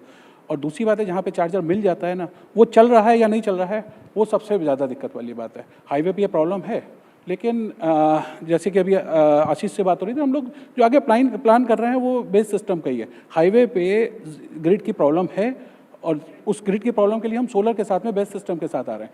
तो NHI के साथ में कई प्रोजेक्ट्स हम ऐसे करने जा रहे हैं जिसमें आपको ब्रेकडाउन मिलेगा ही नहीं, चाहे आप दिन में जाएं चाहे रात में जाएं। पीक आवर्स की भी कोई टेंशन नहीं आएगी, क्योंकि हम बैकअप जो है वो बैटरी स्टोरेज सिस्टम से दे रहे हैं। तो ये दिक्कतें हैं, मैं मान रहा हूँ, मैं तो फेस कर रहा हूँ, लेकिन ये दिक्कतें बहुत ज़्यादा लाइन तक नहीं रहेंगी। पर आपको क्या लगता है, क्या टाइमलाइन होगा इसका? क्योंकि 2030 ऐसे लगता है कभी कभार आ ही गया, हम 26 में ऑलरेडी हैं। 2030 में जब सिद्धार्थ मैं तुम्हारे साथ आऊँगा, इस कभी मिलेंगे, तो मैं इसी की पार्किंग लॉट में तुम्हें लेके जाऊँगा, तो 30% व्हीकल्स होंगे। और रही बात डेंसिटी की, तो हर 10 किलोमीटर के अंदर आपको चार्जर मिलेगा, ये श्योर है। टाइम लगेगा। आप एक बात समझो ना कि आज हम दुनिया में अकेले हैं जो 99% हमारी रेलवे इलेक्ट्रिफिकेशन पे, 99% समझ लो ना। बाकी सारे कंट्रीज़ को आप देख लो, वो कोई 95, कोई 95 पे है, सॉरी 56 पे है, कोई 60 पे है। तो जब हमने अपनी रेलवे को 99% तक ले आए हैं, तो ये तो कुछ भी नहीं है। और इस सबको तो छोड़ो सर, हम लोगों ने कोविड की 140 करोड़ लोगों को वैक्सीन, 2 वैक्सीन दे दी हैं सिर्फ 2 महीने के अंदर। तो ये टाइम लगेगा, बट नेटवर्क बनेगा। तो ग्रीन मोबिलिटी तो यहाँ पे आज काफ़ी बड़ा टॉपिक है, एंड इंफ्रास्ट्रक्चर की भी हम लोगों ने बात की। पर अगर हम इंफ्रास्ट्रक्चर की बात करें तो आपके ऑलरेडी 20 सिटीज़ में एक्सपेंशन होने की बात चल रही है 2028 में। आपके ही जैसे और भी प्लेयर्स हैं जो एक्सपेंशन की बात करते हैं, पर हम अगर लिवांटो ग्रीन की बात करें तो वो कहाँ कहाँ एक्सपैंड हो रही है, कौन कौन सी सिटीज़ हैं जो आप टारगेट कर रहे हैं? कोशिश सारी NHI के हाईवेज की सारी कोशिश है, जिसमें हम base system, battery storage system दे रहे हैं, जिसमें हम बिल्कुल नए हैं। लाइक ये अभी तक कोई यहाँ पे नहीं दे रहा है। तो NHI पे ये ग्रिड, NHI के साथ दिक्कत क्या आती है जब हम एक्सप्रेस वे की बात कर रहे हैं, क्योंकि आज सारे एक्सप्रेस वे पर ही बात हो रही है। हाईवे जो हैं, लेकिन हाईवे और एक्सप्रेस वे में फ़र्क क्या है सिद्धार्थ, कि अगर हम हाईवे की बात करते हैं तो किसी भी जगह पे हम चार्जर लगाते हैं तो कल को उससे पहले कोई हाईवे निकल जाएगा या उसके ऊपर कोई फ्लाईओवर निकल जाएगा। लेकिन एक्सप्रेस वे अगले 35 साल तक, 40 साल तक एक्सप्रेस वे का कोई एक्सप्रेस वे नहीं आएगा। तो हमारा फोकस है कि हम एक्सप्रेस वे पे प्लान कर रहे हैं, और एक्सप्रेस वे पे भी सिर्फ चार्जर नहीं लग रहा है। चार्जर के लिए हम पीछे से सोलर बैकअप दे रहे हैं और बैटरी स्टोरेज भी दे रहे हैं। तो आप निश्चिंत होकर जाओ, आपको कोई प्रॉब्लम नहीं आएगी। तो इकोसिस्टम कितना ज़रूरी है? क्योंकि जैसे कि आपने बात की कि कई ऐसी चार्जर ऑपरेटर्स हैं जिनके चार्जर्स होते हैं, पर आप वहाँ जाएं, कभी ऐप नहीं चलता, कभी इलेक्ट्रिसिटी नहीं होती, कभी बैकअप नहीं होता। हमने इतना भी देखा है कि कई बार जेनसेट से हो रहा होता है। तो आपका इकोसिस्टम कैसे थोड़ा अलग है? ग्रिड फेलियर तो है, ग्रिड पे लोड है। कई बार ऐसी दिक्कत आती है कि हमें लैंड मिल जाती है, वहाँ पे ग्रिड नहीं होती है, जहाँ पे ग्रिड होती है वहाँ पर लैंड की अवेलेबिलिटी नहीं मिलती है। बॉटलनेक है। अगर हमें कोई चार्जर लगाने के लिए हम प्लान करते हैं तो ये मान के चलते हैं कि 1 महीने में हम अपना चार्जर और सेटअप पूरा लगा देंगे, लेकिन हमें जो डिस्काउंट से सपोर्ट मिल रहा है उसमें 3 महीने लग जाते हैं। तो ये थोड़ी सी दिक्कतें हैं। तो फ्यूचर फ्यूल मिक्स की अगर हम बात करें, ग्रोइंग डिबेट है, battery electric, hydrogen, biofuel, alternative fuels. Do you believe battery electric mobility will remain the dominant solution in 2030? And आप कैसे देखते हैं कि चार्जिंग इंफ्रास्ट्रक्चर कैसे मैरी कर सकता है along with other fuel mixes? Rule करेगा। 2030 में अगर हम बात करेंगे तो EV सेक्टर जो है वो रूल करेगा। 30% रोल हमारा, जब हमारे कमर्शियल व्हीकल 30%। अभी जो स्कीम आई है 12,000 करोड़ की, आपको इस PM स्कीम जो आई हुई है PME ड्राइव्स के अंदर में, जिसमें आप पुराना ट्रक देके नए ट्रक ले रहे हो, ये उसमें कन्वर्ट कर रहे हो, जिस पे सब्सिडी आई हुई है 12,000 करोड़ की। अगर ये ट्रक जब आपके रोड पे आएंगे तो ये एक्चुअली कार ओनर का क्या है ना कि कार ओनर की एक सर्टन लिमिट है, वो 300, 400 या 200 किलोमीटर के एवरेज आएगा उसका हफ्ते के अंदर में। ये 400 किलोमीटर यूजेज जो है वो आ रहा है कमर्शियल व्हीकल से। तो कमर्शियल व्हीकल जब कन्वर्ट होंगे हैं तो ऑफकोर्स रूल करेंगे है EV। सेकेंडरी हाइड्रोजन होगा, हाइड्रोजन लेकिन बड़े ट्रक के लिए आएगा, और फ्लैक्स फ्यूल जो है वो आइस इंजन के लिए रहेगा। तो मेरे हिसाब से 2030 में डोमिनेट करेगा ईवी। डोमिनेट करने के लिए पाथवेज भी बना रही है सरकार अभी, जैसे दिल्ली ईवी पॉलिसी देखें, वो कैसे इफेक्ट करेगी ये पूरे इंफ्रास्ट्रक्चर स्पेस को? दिल्ली ईवी पॉलिसी है, हरियाणा की ईवी पॉलिसी है, इवन अब तो महाराष्ट्र में 2-3 पॉलिसी ऐसी आई हैं जो कि मुझे लगता है सबसे पहले हर जगह पे आ जानी चाहिए। सब जो रेजिडेंट हैं, हम लोग 40% तो फ्लैट में रह रहे हैं, तो फ्लैट ओनर्स के लिए मैं अभी दिल्ली के अंदर भी जो हादसा हुआ उसके बाद में बहुत दिक्कतें आई हैं सोसाइटी के अंदर, तो बिल्डर्स को 30% स्पेस देना पड़ेगा। अगर हम 30% की प्लानिंग करके चल रहे हैं कि 2030 में हमें 30% व्हीकल्स जो है वो ईवी का रखना है, तो पहले से प्लान करना पड़ेगा। आज जितनी भी बिल्डिंग्स बन रही है, जैसे महाराष्ट्र के अंदर जो बिल्डिंग बन रही है उसमें 30% का प्रोविजन दिया हुआ है, सेम ये हर स्टेट में देना होगा। सबसे पहले तो दिल्ली और एनसीआर के अंदर आएगा। तो हमने इंफ्रास्ट्रक्चर की आपने बात की फ्यूचर में, बट जो ऑलरेडी एग्जिस्टिंग सोसाइटीज़ हैं, लोगों के घर हैं यहाँ पे, वो कैसे रेडी हो सकते हैं? आप क्या चाहेंगे कि सरकार करे या बिल्डर करे to make them ready for the EV revolution that's coming? Siddharth, ये हमारी दुखती रह गए। अगर सोसाइटी में बात करते हैं उसमें सरकार के हाथ में कुछ नहीं होता, होता है आरडब्ल्यू के हाथ में, और उसमें जो आरडब्ल्यू के हाथ में होता है ना, उसमें सबसे बड़ी प्रॉब्लम होती है कि एक डिसाइड करता है और दूसरा उसको कैंसिल कर देता है। तो वो प्रॉब्लम हम लोग फेस ज़रूर करते हैं, और इसमें सोसाइटी की गलती है, किसी आरडब्ल्यू की गलती नहीं है, किसी सरकार की गलती नहीं है, वो कुछ नहीं कर सकती। हम लोग चाहते हैं कि हम सोसाइटी के अंदर चार्जर लगाएं ताकि ये प्रॉब्लम ना रहे, लेकिन 2 साल बाद आरडब्ल्यू बदलती है और प्रॉब्लम आ जाती है, तो इसको हम सरकार को ब्लेम नहीं कर सकते इस पॉलिसी को। तो अवेयरनेस लैक करती है आपको लगता है, या फिर एक तरीके से it's very localised issue right now, सरकार को भी एक कदम उठाना चाहिए कि ये स्टैंडर्ड है चाहे आरडब्ल्यू चेंज हो या ना हो? वो सर, ये इस केस में सरकार क्या कर सकती है? ये तो एक प्रॉब्लम है जिसको मैं तो हर अपने इंटरव्यू में बोलता हूँ कि जितनी जल्दी सोसाइटी के अंदर चार्जर लग पाएगा उतनी जल्दी ग्रोथ आएगी। एक जो पर्सनल कार ओनर है, बाकी हाईवेज़ के लिए तो हम कमर्शियल्स के लिए तो काम कर ही रहे हैं। मेरा तो ये सारी कंपनीज में नाम नहीं लूँगा, उनसे यही है कि आप अपनी गाड़ी बनाओ, उसके लिए आपको जहाँ भी इंफ्रा की ज़रूरत है विल प्रोवाइड। अगर हम लिवांटो ग्रीन की बात करें, आपने हमेशा बात की है एक इम्पैक्ट क्रिएशन की भी, अगर हम लिवांटो ग्रीन की बात करें यहाँ पे, तो किस तरीके की लेगेसी देख रहे हैं आप अपनी कंपनी को लेके in the next 5 years to a decade? Legacy की अगर हम बात करते हैं तो हमने 2021 में प्लान कर लिया था कि हम 2030 तक यहाँ जाएंगे, जबकि उस समय ईवी के लिए में शायद 2% की ईवी थी और एक टाटा के पास एक गाड़ी थी 30 किलोवाट की।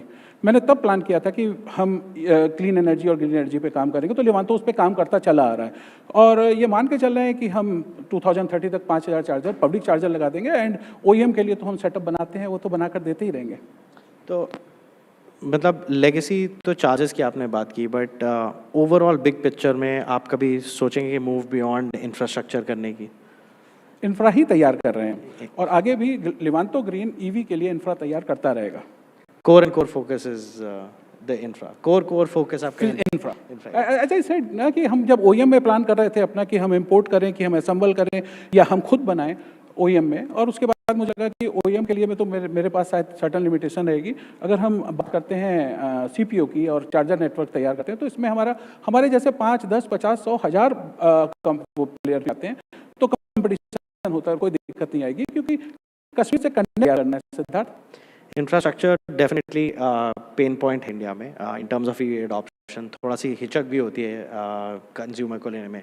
पर मेरा आखिरी सवाल आपके लिए ये है कि अगर हम next fuel and future summit में मिले 2030 में, क्या माइलस्टोन्स रखेंगे इंडिया के लिए, क्या माइलस्टोन रखेंगे इंडिया के ईवी इंफ्रास्ट्रक्चर्स के लिए जो सक्सीड करेंगे आपके हिसाब से? सबसे पहले तो ऑयल डिपेंडेंसी हमारी 40 से 50% कम हो जाएगी, जिसको लेकर गडकरी जी हर स्टेज पे हर बात पे बोलते हैं।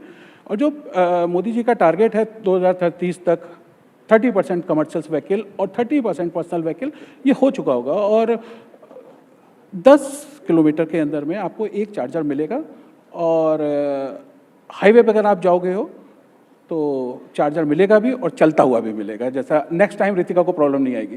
मैं बार बार वही सुन रहा था। चलता हुआ चार्जर सबका पेन पॉइंट है, हम सब कभी ना कभी अटके हैं उसके साथ। Thank you so much for joining us on the fuel and future summit over here. Thank you so much gentleman, let's get a quick photo. Thank you so much.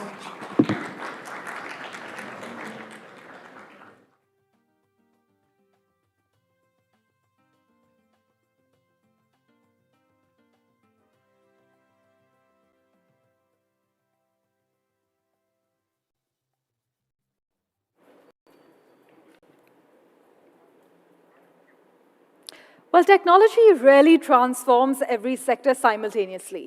It usually begins where the economics makes the strongest case. In India, that may be delivery fleets navigating our cities every day. It may also be commercial logistics where every liter of fuel actually saved directly improves profitability, or perhaps public transport where scale itself changes the equation.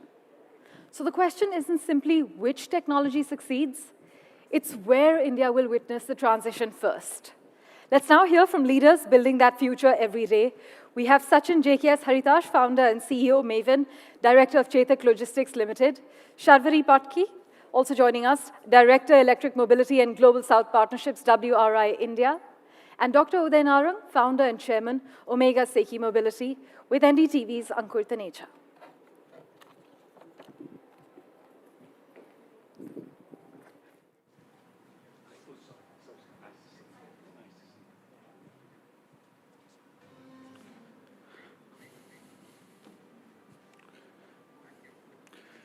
Thank you, Parameshwar, and thank you all for joining us here at the first edition of NDTV AutoMate Fuel and Futures Summit. So let's get straight to it and which segment will move first and which will take a little longer when we talk about the commercial vehicles.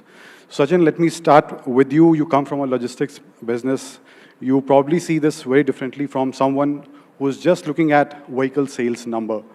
When a fleet operator is actually putting money on the table, where does going electric generally make business sense and where does it still not, if you can? So I'll say that the last mile in the two-wheeler, that's where they have taken the lead in creating an impact, and it's economically viable. If I'll see that the last mile delivery on four-wheeler, small LCVs, they are catching up slow and steady with different OEMs are coming up with good products. If I'll come on a long haul, I think that in long haul, the HCV segment, there are biofuels where there are grain transportation. Biofuel, there are many small truck owners, they would like to buy for the biofuel trucks because the fuel is available near to their hometown and they can make the economics viable. If I'll talk about the single owners, 1 to 5 truck owners, they will be going for E20 or a diesel engine because they don't have the ecosystem to create and to develop. The long-haul transportation companies like us, like Chetak Logistics, we are having almost 2,500 number of trucks. We can't have a multi-fuel fleets. We feel that over a period of time, LNG will play a major role in transportation because that helps us in refueling of the trucks. Second is the theft of the fuels during the transit. Another is the EV, which is the topic of today's event, is how the green will play a major role. So I think that right now the gentleman from the Levante, he is speaking about the fuel, the charging stations. I feel the companies like us who are having a large fleet and at any given point of time there are 600 to 700 number of trucks are playing on one national highway. We were in talk with the OEMs and we suggested that how come we can create a pilot run and a proof of concept where in the long haul the EVs will make an impact and can be a success business model. We suppose like transport from one of the OEM in North to South India and to the West India, to the Pune or to the Gujarat. The distance is suppose it's 2,800 kilometers via Gujarat. We can create a hubs of over 300 kilometers and where our driver can drive during the day, he can have a proper rest, food, we can create a yard. The maintenance of the vehicle can be brought in, the driver can have a good food, and like this, we can create an ecosystem where we are self-reliant, sufficient to build that. But for that, we requested the OEMs to create a partnership. In India, right now, the partnerships are not success models, and that has not cashed up much. But in foreign, if you'll see that even the tire companies have a tie-up with the large fleet owners, like all multinational companies who are playing right now. So such models will come up in over a period of time where there are associations. We are the Tata Loyal. We buy all Tata trucks from last 45 to 50 years. We are the third generation who is using the Tata trucks. So we build our association, a partnership where we can create this business model. And over a period of time, when it's successful, so other OEM, other logistic players who are big, they can also create such ecosystem and can leverage the existing ecosystems of the OEMs and can make a greener and a better India in the logistics space. So I feel that in due course of time, multi-fuel will play a role in their respective zones and the respective sectors, and all fuels will be playing a major role in creating a $5 trillion economy, which will move only on the logistics. Yeah, that's it. Thank you. Sharvari, we hear a lot about electrifying everything. But realistically, we can't transform every vehicle and every segment overnight. So if you had to pick one segment where India should put its maximum effort right now, which one would it be and why? Interesting question. And probably the answer lies in numbers. I'll just lay down numbers. If we have 100 vehicles on the road, just 5 are commercial vehicles. If you talk about road transport emission, these 5% contribute to 34% of emission. So very clear, disproportionate emission benefit can be ripped. Let's now go towards the energy security aspect. If we are importing 100 liters, around 50 liters of the fossil fuel is consumed by these guzzlers. When I talk about its commercial vehicle. So in terms of energy security, it's very clear, again, disproportionate benefit. The third aspect, I'll bring to logistic efficiency. We have been hearing that the logistic cost of India is pretty high, even compared to some of the Southeast Asian nations. I'll pick up one example. If a truck runs more than 9,000 to 10,000 kilometers per month, then the mass changes. We know some pilot which is happening between Maharashtra and Madhya Pradesh, where electric truck, and I'm not talking about the smaller one, I'm talking about the big 55-tonner, 40-feet tractor trailer, their operations cost is less than ICE operations cost. So if I have to fit a trifecta of energy security, emission reduction, and logistic efficiency, logistic cost reduction, then if one vehicle segment we have to pick up which fits amazing into that trifecta, that is commercial vehicle. Now within commercial vehicle, India has a very wide feet. We have three-wheeler, which is sub 1 ton, which is the chota commercial auto rickshaw what we see in the corner of the shops. 255-tonner, the big truck which come out of port. Sub 1 ton to 55, if that's the bandwidth we are talking about, you're absolutely right, we can't solve all problem one fine morning. Then we have to, again, the answer lies in maths. We have to pick up those use cases, one, which are predictable.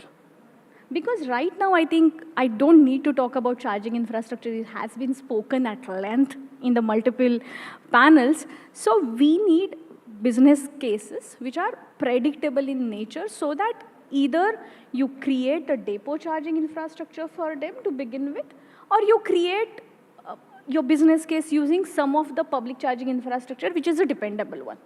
Second, what is the possible asset utilization? When I say asset utilization, is my vehicle running enough? And again, maths are very simple.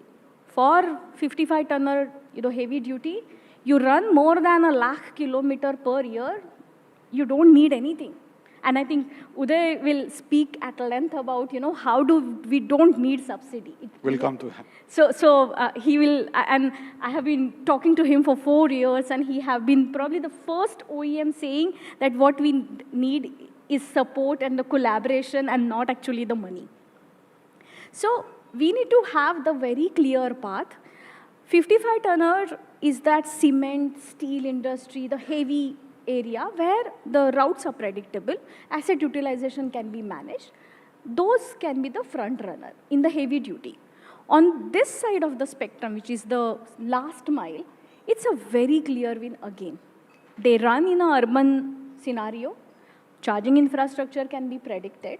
And if time allows, I'll bring a interesting aspect of how the power sector and the transport sector need to talk to each other, because we have spoken at length about battery storage. Consider all these electric vehicles which are moving are in a way mobile battery storages.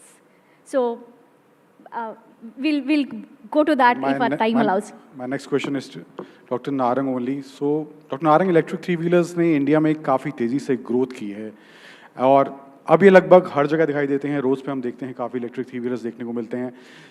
Electric की equation मुश्किल होती है, ऐसा क्यों है? Last mile इतनी तेज़ी से आगे क्यों बढ़ा है, जबकि बड़े जो कमर्शियल व्हीकल्स हैं वहाँ पे अभी भी हमें चैलेंजेस देखने को मिलते हैं, वो कैचअप क्यों नहीं कर पा रहे हैं? What are your thoughts on that?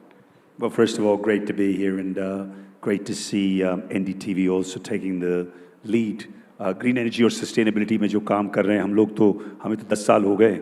अभी एक नया ट्रेंड आ गया है. अभी सारे इंडिया में एक चलता है कि जो वो हरियाणा में जो हमारा जैवलिन थ्रोअर है उसको कब जब तक उसने गोल्ड मेडल नहीं जीता था तो कोई पहचानते नहीं, लेकिन अब तो सभी उसको पहचानते हैं. तो मेन पॉइंट ये है कि 3 व्हीलर 2 व्हीलर 1 टन ट्रक, जो ये सारे व्हीकल्स हैं, ये तेज़ी से इंडिया में the total cost ownership model, सबसे इंपॉर्टेंट बात इंडिया में. देखिए, हम जब ये जर्नी स्टार्ट करी थी, हम स्विट्जरलैंड में रहते थे, हम वापस आए, हमने सोचा हम इंडिया को बदलेंगे, लेकिन उस टाइम कोई किसी को इन्वायरमेंट की बातें तो होती हैं, मैं बहुत डायरेक्ट बोलता हूँ तो so please don't take it the wrong way.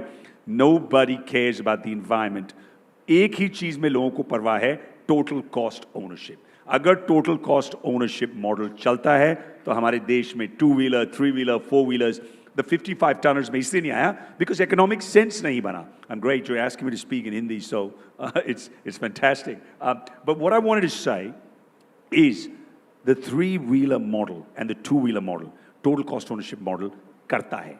In my view, सारे vehicle आगे. And the markets are, I come from the financial markets futuristic हैं. अगर आप देखिए, मेरे व्यू में इस country में 2 और 3 wheelers और even 1 ton trucks, जो टाटा एस के equivalent है, और सबसे बड़ा ग्रुप वही है जो ट्रक्स में है. ठीक है, the trucks, the bigger trucks are creating the most pollution in this country, but ये जो mass, and this is, हम लोग यूरोप और अमेरिका के साथ compete नहीं कर रहे. हमारा 2, 3 और 1 ton truck जो है वो बहुत scale में है. And I think today, I'm really, आज 10 साल हो गए मुझे इस जर्नी में, and I've seen a lot of ups and downs, but we are today here, जहां आप देखेंगे कि सारे vehicles उनके electric होने चाहिए. The growth rate is there. 3-wheeler electric is already 50%. And मेरे व्यू में आपको charging infra, the biggest problem is charging infra. Charging infra, tier 1 cities में नहीं, Delhi, Mumbai, Bangalore, but you need to go tier 2, 3, 4 cities.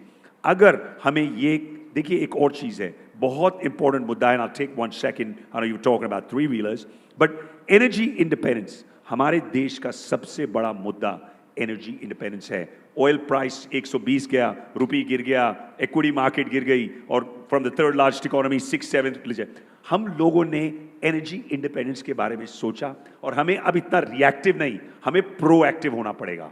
देखिए, अगर आप, and I'm not a China lover, but what I am saying is, they have reduced demand by 6 million barrels a day by going electric. Think about it. At $100 a barrel, they are saving huge amounts of money. So, we as a country, we as a nation, हम लोग कहते हैं भारत माता की जय, लेकिन भारत माता के लिए प्यार रखने के लिए काम भी करना पड़ेगा. भाषण से बातें नहीं होगा. So, point is, 3 wheelers, 2 wheelers and 1 ton trucks, total cost ownership चलता है, काम हो रहा है. The number of green plates are increasing. I want to see more vehicles, मुझे देखने हैं tier 2 or 3 or 4 cities में. Scale आएगा तो cost और भी नीचे जाएगा. Ecosystem build करेंगे तो और भी होगा. So this is, ये एक मैराथन है, ये स्प्रिंट नहीं है. और इस जर्नी में what I do see now, almost 10 वर्ष हो गए मुझे इस स्पेस में. Ma'am was very nice कि मैम ने कहा 4 साल, but मैम आजकल 10 साल हो गए.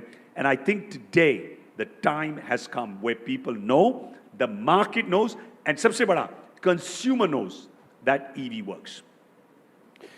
Now, let me open this question to all three of you. And so we talk about EVs that sometimes it feels as if electric is the only answer that we have.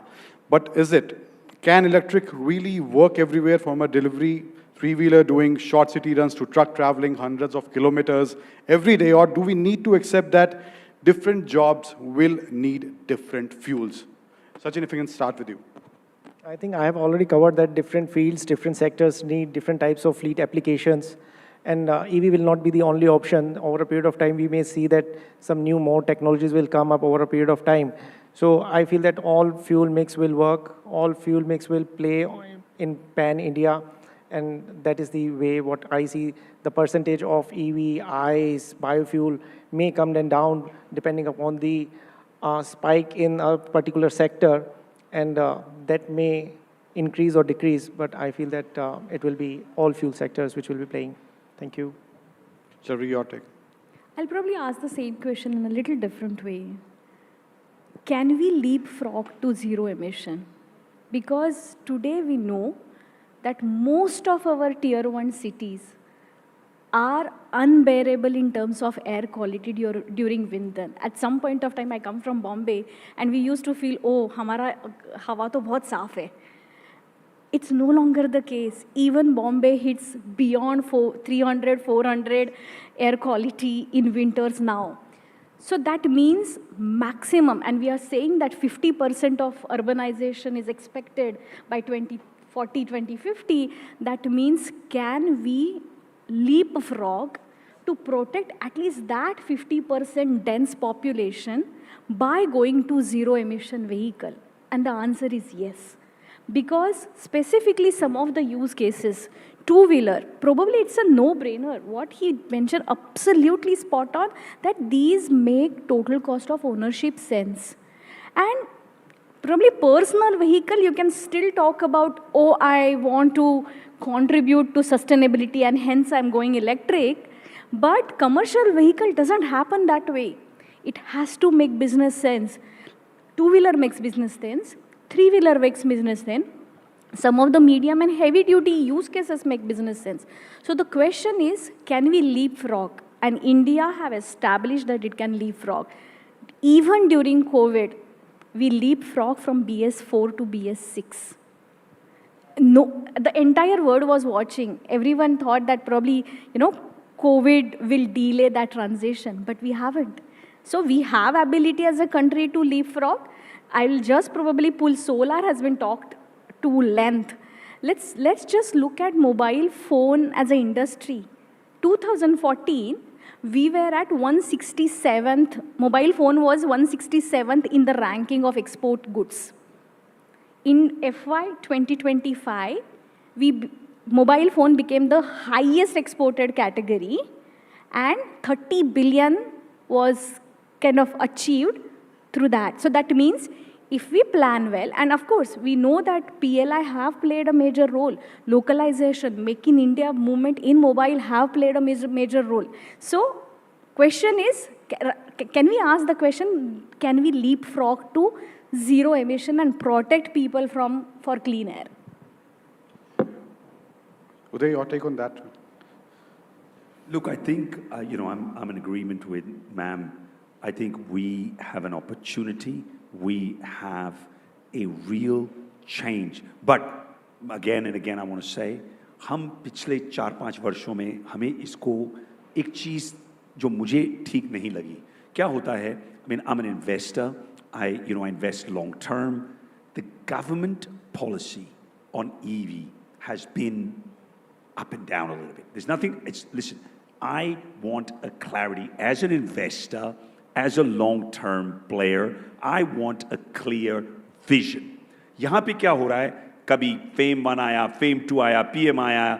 मैं ये कह रहा हूँ subsidy देनी है तो दो, नहीं देनी हमें तो वैसे सब्सिडी चाहिए ही नहीं. I think that creates too many issues. Some of the OEMs are probably not going to like me for that, but I'll tell you what. I think the opportunity right now is to be able to go on the trucks. The trucks need to go electric. And if the trucks go electric, and listen, I'm okay with hydrogen. I'm okay with hydrogen also, but I also want, see, हम लोग कहेंगे हमें ये भी चाहिए और ये भी चाहिए, और हम किसी में भी एक्सपर्ट नहीं बनेंगे, वो भी एक प्रॉब्लम है. So what I want is कुछ भी करोगे स्केल लाओ, स्केल लाओगे तभी गेम बैठेगी, नहीं तो हम लोग मतलब भाषण देते रहेंगे. I'm really passionate about this subject. मुझे ये I mean I live in Switzerland. मैं यहाँ दिल्ली की बड़ी हवा 1500 AQI में रहता हूँ, तो मैं मतलब मेरे को इतना ज़्यादा दुख लगता है कि हम लोग इतना ज़्यादा आगे बढ़ सकते हैं. We have the talent, we have the people, we are there. We need to actually have a clarity, and clarity hogi. See, what we don't want to do, and maybe also, you also probably speak about this, is I don't want to be having everything and achieve nothing, right? I mean, we've talked about hydrogen, and we have not been able to execute hydrogen. We talked about making cells over the last 10 years. There hasn't been a single cell plant. Okay, Ola has built something, but I'm saying I wouldn't call that, so we have to stick to a policy, and we have to get scale. तभी हम आगे बढ़ेंगे, नहीं तो I think there'll be a lot of talk and no really substance. If you allow, I want to just build on one amazing point Dr. Uday made.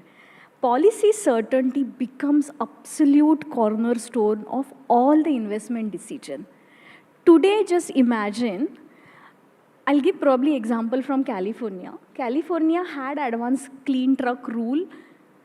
At that point of time, they had very limited number of OEM, very limited number of models, no charging infrastructure across width and depth of the state.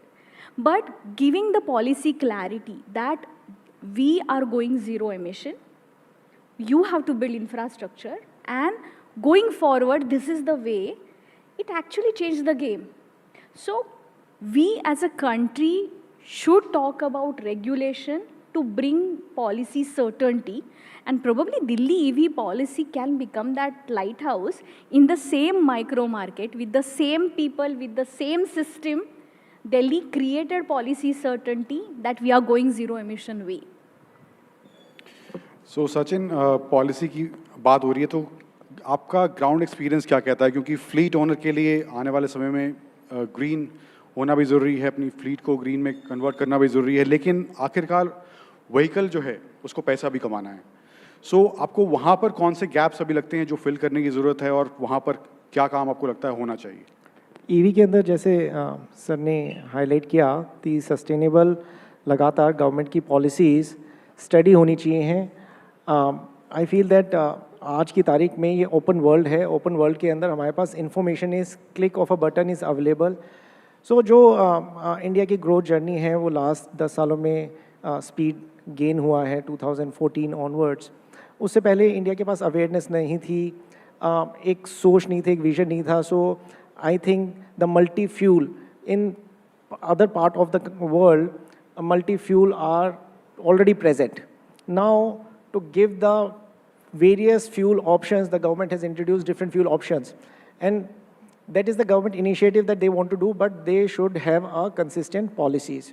Now, in our case, when the EV is there, so why the cost of ownership? Because we are doing business for money. We are not doing the business to create an environment. That is the collective efforts. But if I'll start doing it, I'll be left with no money and I'll be at a bankruptcy. So as a total ownership of operations, my trucks, if I'll go and buy, so we had our discussion with one of the multinational OEMs that we'll start playing EV trucks for you for a shorter route. अब एक OEM है that the cost is 3 times higher than a normal truck. So मेरे को 3 साल बाद जो मेरे को 3 साल में मिलता है वो मेरे को 9 साल के अंदर रुपया मिलेगा. फाइन, मैं कर लेता हूँ. 9 सालों का वो मेरे को कॉन्ट्रैक्ट दे रहे हैं. Now, as what ma'am has highlighted, the cost of running is very less, which increases my operational profitability. लेकिन मेरे को फाइनेंस देने वाला नहीं है. फाइनेंस वाला कह रहा है कि भाई साहब इसकी 9 साल के बाद बिकेगी कितने की, ताकि मैं कॉस्ट कैसे निकालूं. OEM कह रही है कि इसकी वारंटी कितने साल की है, अगर ख़राब हो गई तो इंश्योरेंस कंपनी कैसे उसको क्लेम करेगी. तो इंश्योरेंस कंपनी के पास कुछ नहीं है, बैंकिंग के पास कुछ नहीं है. गवर्नमेंट ग्रीन लोन प्रोवाइड कराना चाहिए on the basis of which we buy the truck to play on road. अब दिल्ली का नंबर ले लो तो दिल्ली के अंदर इकोसिस्टम जो ट्रक्स चलाने का है that is not much registered, because all सारे ट्रक जो होते हैं वो आउटस्कर्ट्स में रजिस्टर्ड होते हैं, बिकॉज वो सारे ट्रांसपोर्ट हब्स हैं. So these are the operational challenges जहाँ पे आके हम EV एडॉप्शन के ऊपर हम डिसीजन नहीं ले पाते. सिमिलरली LNG आया, अब LNG आज तो ले लूँ, अब LNG के इकोसिस्टम ही तैयार नहीं है ऑन हाईवेज. येस, भारतमाला के अंदर दे आर ट्राइंग कि वो एक क्रिएट करे LNG का इकोसिस्टम. अब भारतमाला के ऊपर मेरे को चलना भी चाहिए, मेरा रिटर्न लोड भी होना चाहिए है. बिजनेस इकोनॉमिक्स जो मैम ने बोला, मैथ्स की रिटर्न लोड होना चाहिए. अब रिटर्न लोड तो एयरलाइंस में भी नहीं है. यहाँ से गोवा जाओगे, जाने का फ्रेट अलग है, आने का फ्रेट 1/2 है. सो ये सारी चीज़ें डिमांड एंड सप्लाई के ऊपर डिपेंड करती हैं, बिजनेस ऑपरेशंस के ऊपर डिपेंड करती हैं, इकोसिस्टम के ऊपर डिपेंड करती हैं.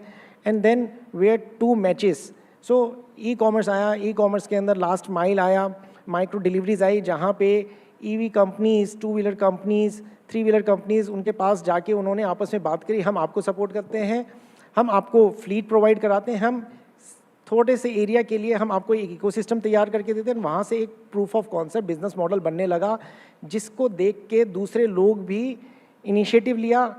OEMs के पास एक बहुत बड़ा एरिया होता है जिसे कार्बन क्रेडिट बोलते हैं. वो उस कार्बन क्रेडिट को एनकैश करके मल्टीनेशनल इंटरनेशनल मार्केट के अंदर they cell.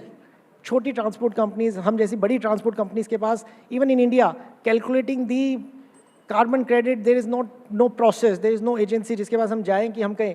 Even the multinational companies doesn't have this ecosystem ki how to calculate the carbon credit. We are working with one of the German part manufacturing company where one of the major player who is calculating how to create this. So once we able to create this, हम उसको दूसरी चीज़ों के अंदर में apply करेंगे और कैसे एक एजेंसी, एक मीडियम कोई हमें मिले जो हम कार्बन सेव करें, इससे उसको हम इंटरनेशनल मार्केट में जाके जो एक्स्ट्रा कॉस्ट है वो हम वहाँ से रिकवर कर सकें. सो ये बहुत इकोसिस्टम बड़ा है. इसके लिए knowledge, awareness, there are lot of things which is being required.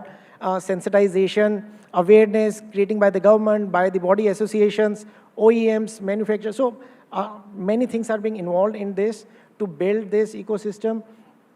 And I feel that what he said, that the consistency of the government policy has to be there.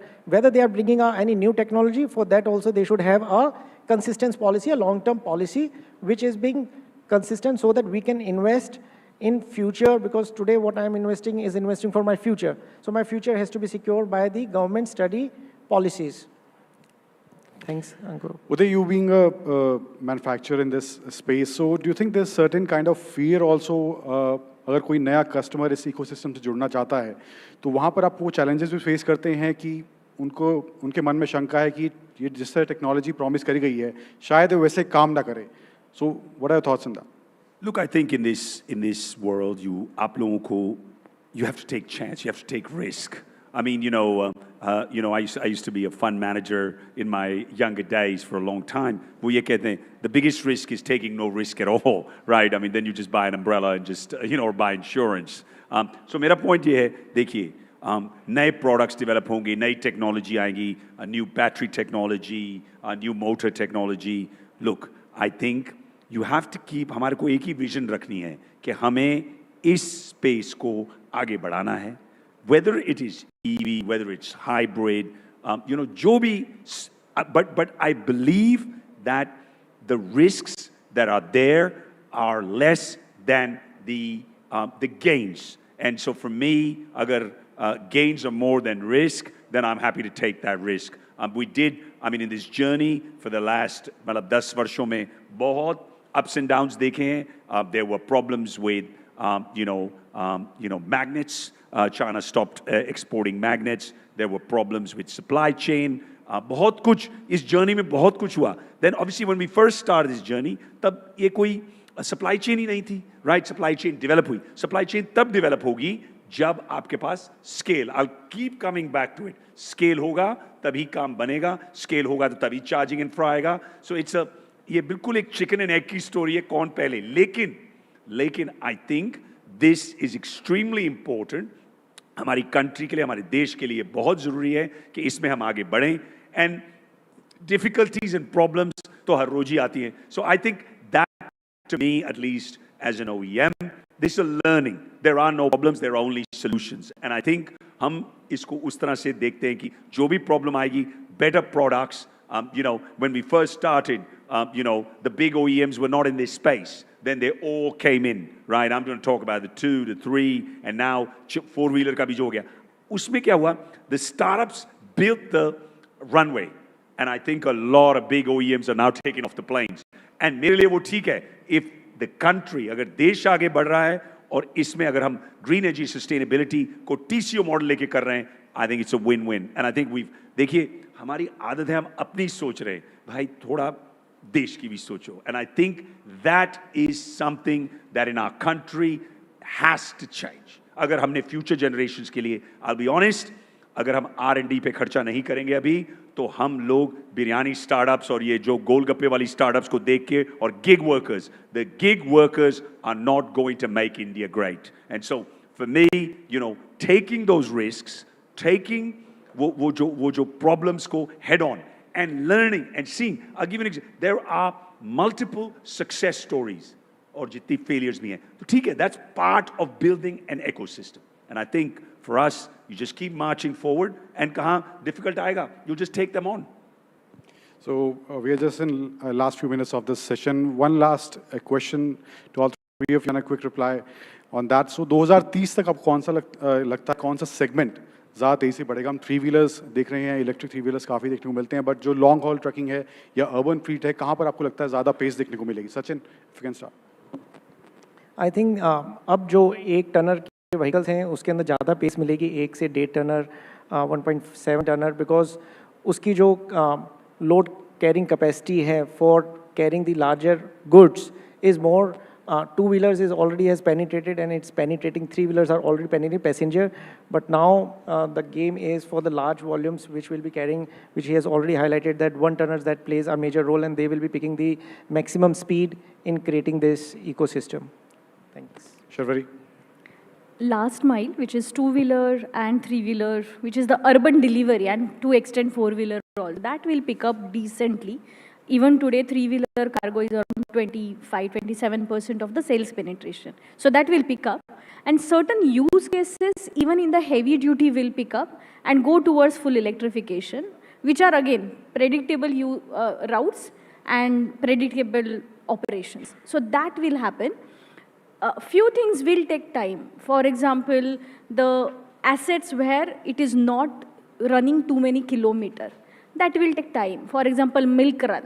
They don't run that much, hardly 150 kilometers. It will take some time to bring to the TCO, and for that I think scale will bring the cost down, and cost will make the TCO better. It's a positive feedback loop. Scale, cost reduction in cost brings more scale. It's a positive feedback loop, very clear. What are your last comments? I think you know clearly जो space मुझे लगता है देखो 2-3 wheelers की game बैठ चुकी है. I think जो गेम अब है मेरे व्यू बसेस का भी बहुत काम हुआ. We didn't talk about buses but electric buses are really changing the face of Indian mobility. But मेरे व्यू में अगर हम ज़्यादा अब trucks, the bigger trucks, and सबसे बड़ा द पैसेंजर व्हीकल्स, एंड इस गेम में ज़्यादा EVs, whether it is you know Maruti, whether it's BMW, Mercedes, everybody needs to focus and get that passenger, the second vehicle, and actually the first vehicle. अब range anxiety भी इतनी नहीं रह गई जो पहले थी. मैं फिर कहूँगा चार्जिंग इंफ्रा पे काम करना बहुत ज़रूरी है इस देश में. And you know, मैं 30 साल जरा US में रहा हूँ तो मैं थोड़ा मार्टिन लूथर किंग का फैन हूँ. सो उसकी जो स्पीच थी कि I have a dream, I really do have a dream that हम इस देश को ग्रीन और क्लीन तो तब बनाएं, लेकिन अगर TCO मॉडल बिठा देंगे तो शायद आप सब लोग ग्रीन एनर्जी में आ जाएंगे, और फिर मेरे लिए वो बहुत अच्छा है. I want the future generations of this nation to be living in a cleaner, greener India, but only if the TCO model works, then आप सब लोग खरीदेंगे. नहीं तो आप सब लोग यहाँ आएंगे, बाहर जाएंगे, फिर सोचेंगे मैं फिर ICE engine चलाता हूँ. Nothing against ICE engines, but I think it's time we change towards making this country green and clean. Thank you all so much. Thank you for being part of this panel and the Fuel and Future Summit. Can we have a quick photograph and move on to the next panel?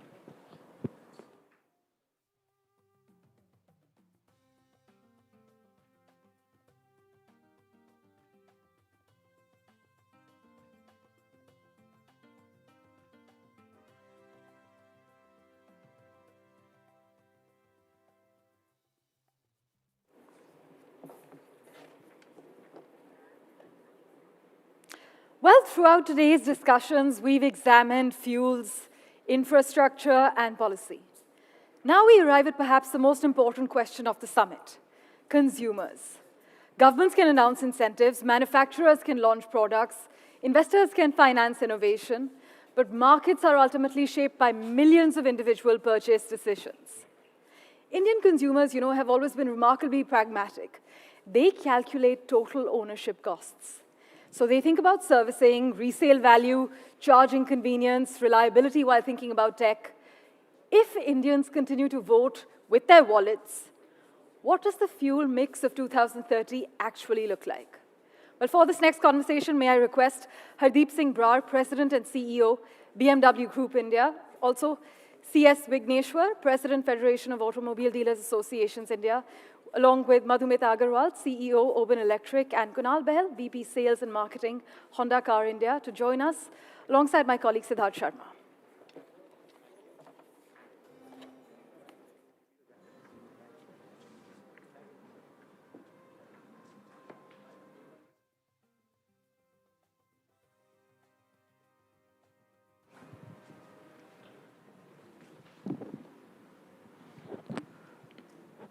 All right. Thank you, everyone, my esteemed panelists over here, for joining us on the Fuel and Future Summit 2026. Now, the topic is, will India actually buy the future? Demand, price, and behavior. We've talked about various fuel mixes all throughout the second half of Wednesday, and let's get straight into it. Are OEMs building products around the market? And, is the demand, or are they trying to just shape the demand through new technologies? This is a question that a lot of consumers ask us here as well. I'd like to begin with you, Hardeep. What are your thoughts on this? So I would say it's a bit of both. I think when we try to crystal ball gazing in the future, we look at what are the technologies which can come in the future. For example, we are thinking about hydrogen in future at a global level. Of course, not in India for the time being. Electrification started about 15 years back when nobody was talking about it. BMW was thinking about electrification, and that's where the letter I came into picture. We used to call it BMW I. So we started it 15 years back, and we can see it is becoming reality today. And that's one of the reasons why BMW today is 26% when the market is just about 6 to 7%. So it is not only about the technology, it's all about the ecosystem. And what I mean by ecosystem here is, it's also about the range, firstly, because, range anxiety is there. How do you bring the charging infrastructure together? And also the price parity. And also, it's not only about the powertrain, but also the kind of features, the tech that you bring in. So it is the entire ecosystem that really, when you bring it together, that magic happens. Of course, you have to listen to the customers as well. What kind of range are they looking at? If a customer who's driving predominantly in the city would not want so much of range, but a customer who's driving long distance, 400, 500, 600 kilometers, that's where people need much longer range. And yes, they start looking at the charging infrastructure. So we have to look into the future, but a lot of inputs come from consumers as well. We were talking earlier, India's fuel stack is have a bit of everything. Now, Kunal-san, I want to come to you on this. Do you really think it's, OEM shaping the product cycle? Because being one of the largest engine manufacturers in the world, coming up with even E10 engines when we weren't even talking about ethanol, where do you see that gap in the industry moving? Thank you so much for having me here. So firstly, of course, I agree with what Harpreet said. Largely, as OEMs, our job is to get a lot of new technologies. But the success of those technologies, whether they're sustainable or not, it all depends upon Indian consumers. And if I compare the Indian consumers as compared to other global markets, they're very value conscious. And please take it with a pinch of salt. It doesn't mean they're price conscious. The affordability has gone up. premiumization has gone up. I mean, we have about 45% of consumers who are buying about more than 1 million cars. So, and you have people buying SUVs, people buying CVTs or automatics. Imagine about 5 years back, it used to be just 13% of automatics, and now we have about 30% of automatics. So I would say technology, whatever OEMs introduce, it's finally how consumers respond. There are numerous technology which we can get, but definitely it has to make a lot of sense. So to summarize, India can buy any technology, India can buy at the right price, and India can buy the right use case. And as OEMs, we have to be very responsible what we are trying to introduce for the Indian buyers. Now, I want to come to you, Madhumita. You know, you're in the exciting two-wheeler space that has seen mass adoption of EVs. What are your thoughts on this? You know, are you just building products around market demand, or are you driving the market? Are you driving the market, or are you just building products around market demand? Like, so I think if you look at EV as such, or two-wheeler, let me talk about two-wheeler consumer. So initially when EV started, it was more about cost, right? Everything was around cost, that I'm savings, everything about savings. But this consumer, this industry has now evolved. It has moved towards, value. When we say value, it is also the total cost of ownership, the consumer experience. It's about reliability. It's about technology, superior technologies. That is what is the focus now the consumer is having. And they are ready to pay for it. So as an OEM, that becomes for us a prime priority, that not just you bring all of these superior tech or the kind of solutions that you're providing, or the tech which solves a genuine problem of a consumer. It cannot be just a high-tech thing, but yes, it has to solve a genuine problem. And I think that is where, as OEM, the focus has to be to bring everything, pack everything in a right price. Of course, that remains, that debate remains there. And then offer it to the consumer. CS Vigneshwarji, do you agree with Madhumita over there, like on this, that it has to be the package? What are you seeing from like the entire industry ecosystem? First of all, thanks for asking the dealer last. I will come to you on the second question first now. See, it's most important to see where we are. When we're talking about the fuel and future, even the present is great. I mean, last month we sold more than 3 lakh EVs in India. When I look at the alternative fuels, when I can bracket CNG, LPG, hybrids, and EVs together, we have crossed 40% penetration in passenger vehicles. And we've crossed into the double digits in two-wheelers, and we're already in the 60s for the three-wheelers. So the future is already bright. We are pretty much in the future. What needs to be done, perhaps, is also going and having a look at how we are able to deliver this to our customers. We talked about the ecosystem being perfect. Today, I look at the CNG, which has come into our NCR more than 20 years ago, but still we struggle for fuel stations. There are queues, there are long lines. So it's going to be perhaps even more pronounced when it comes to EVs and other technologies. We're talking about hydrogen, ICE hydrogen. We're talking about the gaseous form.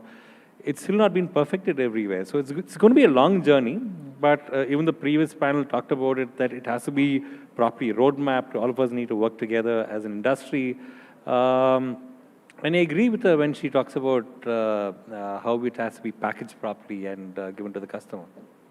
Now, as promised, my second question comes to you first. You know, you rightly pointed out, like, EVs are a growing market, but what will it take for EVs and other clean mobility solutions, especially here in India, to become, genuine mass market products? Because the consumer still wants to go get an ICE vehicle over an EV still.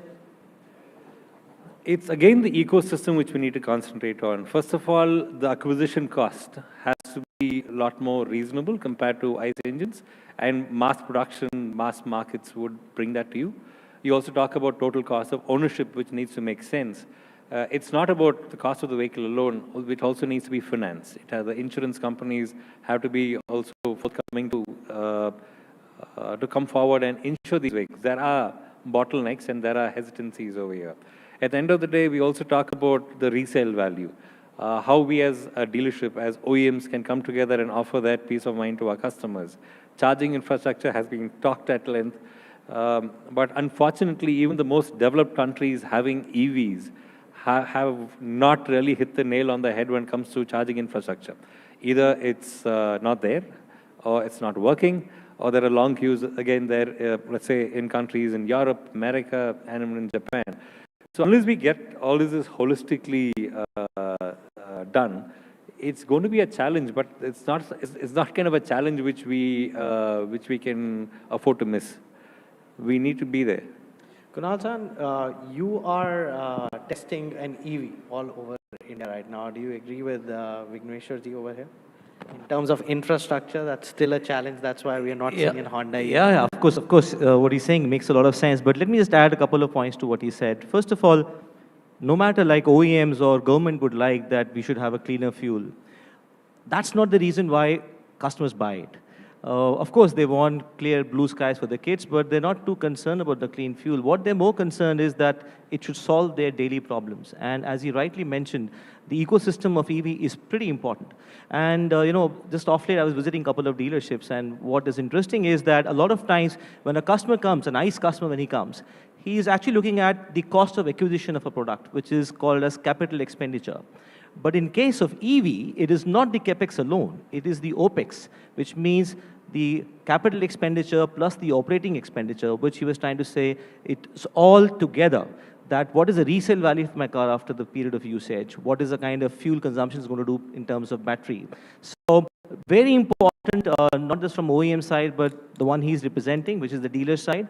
You have to together explain to a consumer that the CAPEX plus OPEX model is far more lucrative for, and it's going to solve a lot of his problems. So till the time we are able to convince the entire model, which is a combination of ecosystem of EV charging, resale value, financing, insurance, backed by what is a total finance model, it's very difficult to deeply penetrate. So largely, as you said, we're going to launch an EV very soon, and we're also trying to work on a solution with all our dealer partner friends. How do we effectively explain the benefit of EV and makes a huge sense for our customers? Well, we are all looking forward to that EV, but let me come to you, Hardeep.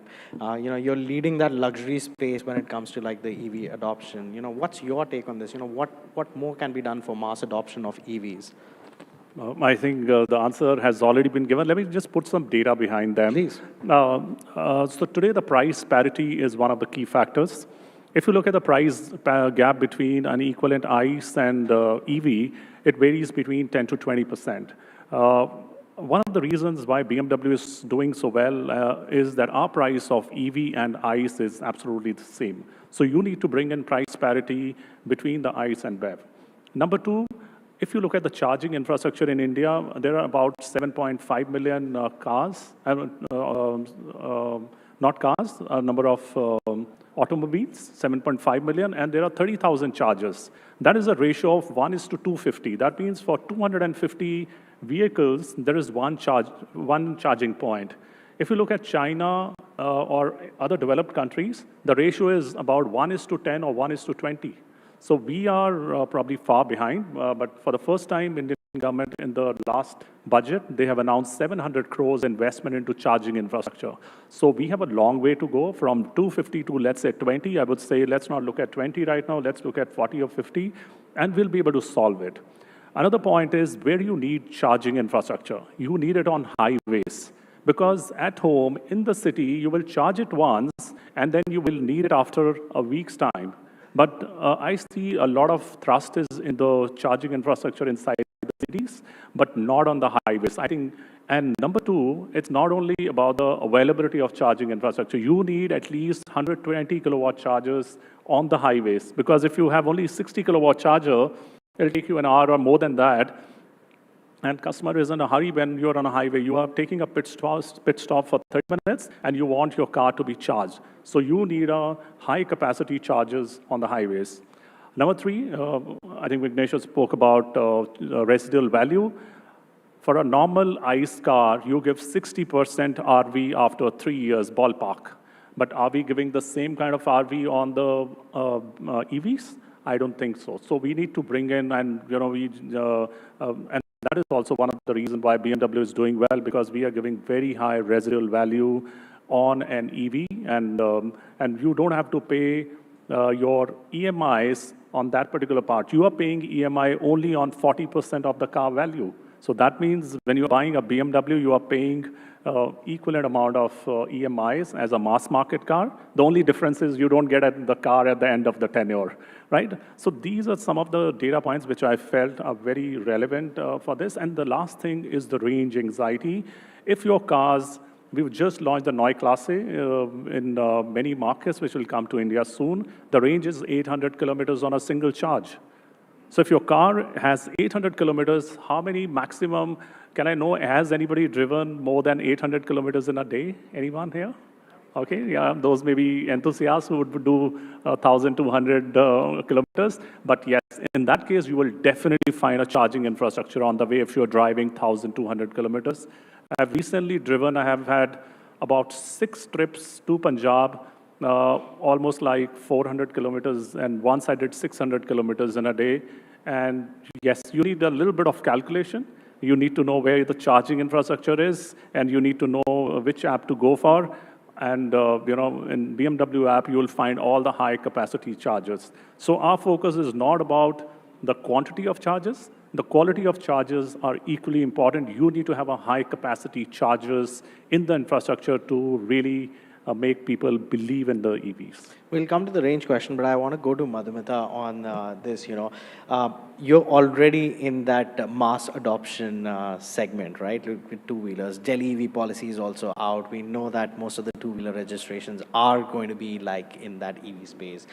But again, for like genuine mass market, Delhi is just an example that may lead, India to adopt EV two-wheelers. What more can be done, according to you? So if you look at the data, right, last year we kind of did 19 million two-wheelers. And in that, 2/3 is motorcycles.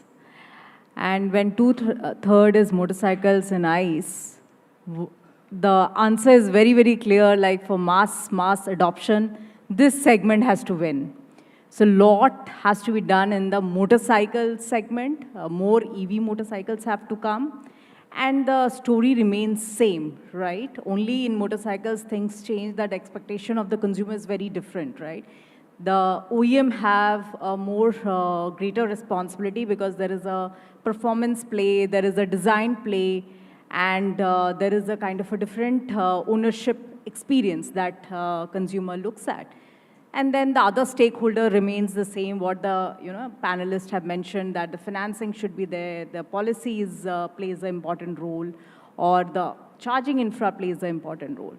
So for me, or I would say this two-wheeler segment to really, really transition, the mass real transition, has to happen when motorcycles will evolve, more electric motorcycles come on road. And everyone here knows that India rides on motorcycle, right? So this segment has to win in two-wheelers, the real transition to happen. So I think it's the electric motorcycle era, I would say, is next. We have seen the consolidation in the scooter side. Now the next era would be of motorcycle, and that is how we will get into the real transition in the two-wheeler segment. My entire panel over here is very bullish when it comes to EVs. But, one question that everyone in the audience has, including me at times when I'm riding EVs or driving EVs, and let me start with you, Kunal-san, this time. How much range is actually enough? Is it like a psychological barrier from the consumer, or is it more or less like, hey, this range I'm good with for either city or highway driving? Yeah, that's an interesting one. Actually, there's a lot of data available on the net. You can Google it, but I can say it from the Honda side, we have more than 1.5 million customer base, and if you analyze, the average running per day varies in 30 to 40 kilometers a day. So probably if you have a working week of 6 days, it means about 250 kilometers, but still the idle range could be 350 to 400 kilometers is the idle range. But the interesting point is consumers, they do not buy an EV car with a range depending upon this law of averages. They buy it with that fear of, what if fallacy, that if I, as Harpi-san said, going to Punjab frequent times, I'm not sure on the road he ran, he's good at running. So anyway, so whether you use those Delhi to Chandigarh or Mumbai to Pune or Bangalore to Mysore, those are less than 10% trips which you do, but the decision is made on that. So, and that is where it's very important to have a charging infrastructure to support his decision. So that is one thing which I would like to mention. But the other important point here is that the CPOs, which are the charging point operators, which are plenty now, but the problem is for every charging operator, you need to have a new application, and which means couple of applications, which means couple of wallet balance, you need to have it. So as an OEM, you need to have a solution wherein you just have one app, and it covers all the charging point operators in India. And as Harpreet was trying to say that we have 30,000 odd charging stations or charging point operators. So you cannot have 10, 15 applications on your phone. So imagine I have a solution where I have it. Of course, I have a charger at my home, which solves the problem for a week. Probably once a week I have to charge. And if I have to go on outstation visit, I have just a small application, and I can just fetch which charger is available, which is a working one, as he was trying to say, and I can just pay it on the phone itself. So it's how you make it more convenient to buyers, and nothing stops me to buy an EV if that problem is sorted. So what you're trying to suggest is that it's not that psychological, but what we need to have is like a UPI kind of an app for charging. Yeah, I mean, why not? Imagine 5 years back, I'm sure everybody understands that nobody, probably before COVID, we were never used to UPI payments. Maybe 1 year back, we were not even used to FASTag payments. We were not used to having Zeptos and Amazons and Zomatos coming 11 o'clock in the night. We were not used to it.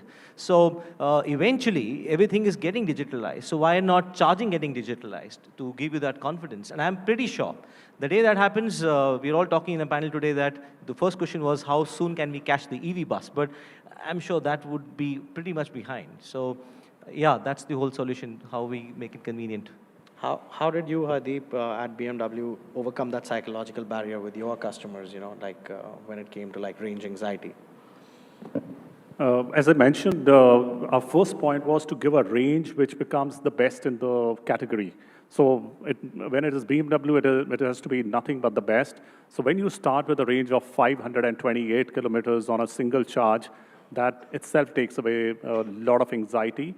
As I said, my hometown is 400 kilometers, and on a highway, and I don't know how many of you know, when you go on a very high speed, which is, when you look at the new highways, when you're driving at a speed limit of 120 kilometers per hour, it really sucks your battery.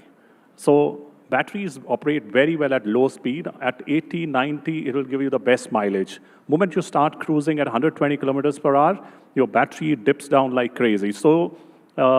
So in that case, when you have a range of 528 and you are going 400 kilometers, you will still survive. I don't have to stop on the way. I will go to my hometown, charge it, and then you're ready for the next day. So I think that is the only way to solve. And the second thing which I can see now, even when I'm talking about remote area of Punjab, and for that matter, any part of the country, you have a lot of these 60 kilowatt chargers, and that's where I said, moment you are on 120 kilowatts chargers, your speed, the charging speed will be much faster, and that's how you really solve for that. For our answer is give high range to the consumer so that they don't even have to think about it.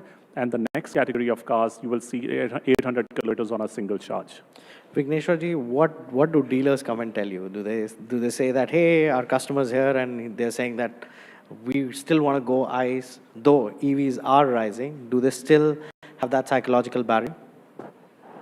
First of all, I really believe there are horses for courses. We need every energy choice out there for the customer, and let the customer decide. And let the customer also decide on the kind of range the customer wants. Smaller battery, medium size, large. Yes, there are certain driving conditions which are optimal for using EVs, but at the same time, we as dealers and manufacturers, our partners and manufacturers, we not only talk about the range, we also talk about how quickly the car accelerates. So which means we are also selling a performance to the customer. The moment the customer starts using performance, the range falls down. So we probably need to get there, first of all, to beat range anxiety, to also make sure that we have a more realistic range which is given to the customer. We can't expect the customer to drive at an optimal range because the customer has paid a lot of money and the customer wants to enjoy the car. So publishing more realistic range numbers is extremely important. important. It is also important that we educate the customer. The customer today is absolutely educated. In fact, we get to learn a lot of things at dealerships. But we also need to educate the customer regarding how to use the car. And these things are extremely important to actually work as an industry and take to the customer. And if you talk about the next kind of availability of these vehicles, where we need to start pushing them is definitely at the tier 2, tier 3 cities. Not only is the usage patterns better in terms of speeds, but most tier 2, tier 3 cities have their own private parking, which solves the issue of EV chargers because they can always charge it overnight. This is not available in tier 1 cities. In metros, it's horrendous to find parking spaces, and definitely you can't have lines running from your parking space to your house. So that's something, the next frontier, tier 2, tier 3 cities, if we can start concentrating on them, I think the EV transition would be even faster. One segment that we don't see a lot of range anxiety coming up is yours, two-wheeler segment. Do you see like customers coming and asking you for more range on your motorcycles now? So if you look at, 90% of two-wheeler segment is commuter. When we say commuter, it is basically day-to-day run is as per, the latest data of Niti Aayog, you see, it is like 35 to 45 kilometer per day for daily use purpose. So today EV has evolved to that at least, minimum of 150 kilometer to, 160, even 200 kilometer. That is what EVs have started offering, two-wheelers especially I'm talking about. So from a range perspective, I don't think that it holds true now for a two-wheeler consumer. They are very comfortable if 100 kilometer range they are getting. Just like mobile phone, they are coming home and charging it, and which is a much convenient aspect. But the shift what we see in the consumer, in the two-wheeler consumer, we see that they are now getting more demanding on other aspects. Definitely reliability, because it is, when we say daily commute, is a primary commute also for them. So when it is primary commute, their livelihood depends on that. So reliability becomes a much more, kind of a reliable product becomes the first prime thing.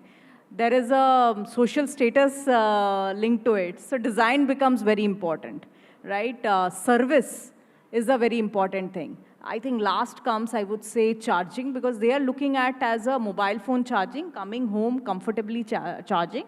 But yes, like metros and all, they have a bit of a challenge. But I think now a lot of infrastructure is coming in the apartments to kind of charge and, connecting it to your own electricity meter. So here, the narration or the, ask from the consumer has really shifted.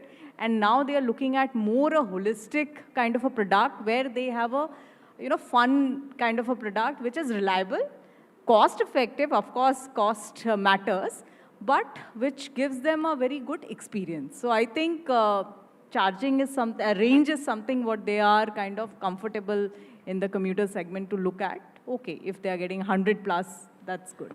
Kunal-san, initially you talked about how Indian consumer is very, value conscious. But my question is to you, Hardeep, on that. Is affordability, still the single biggest obstacle to India's mobility transition to, EVs?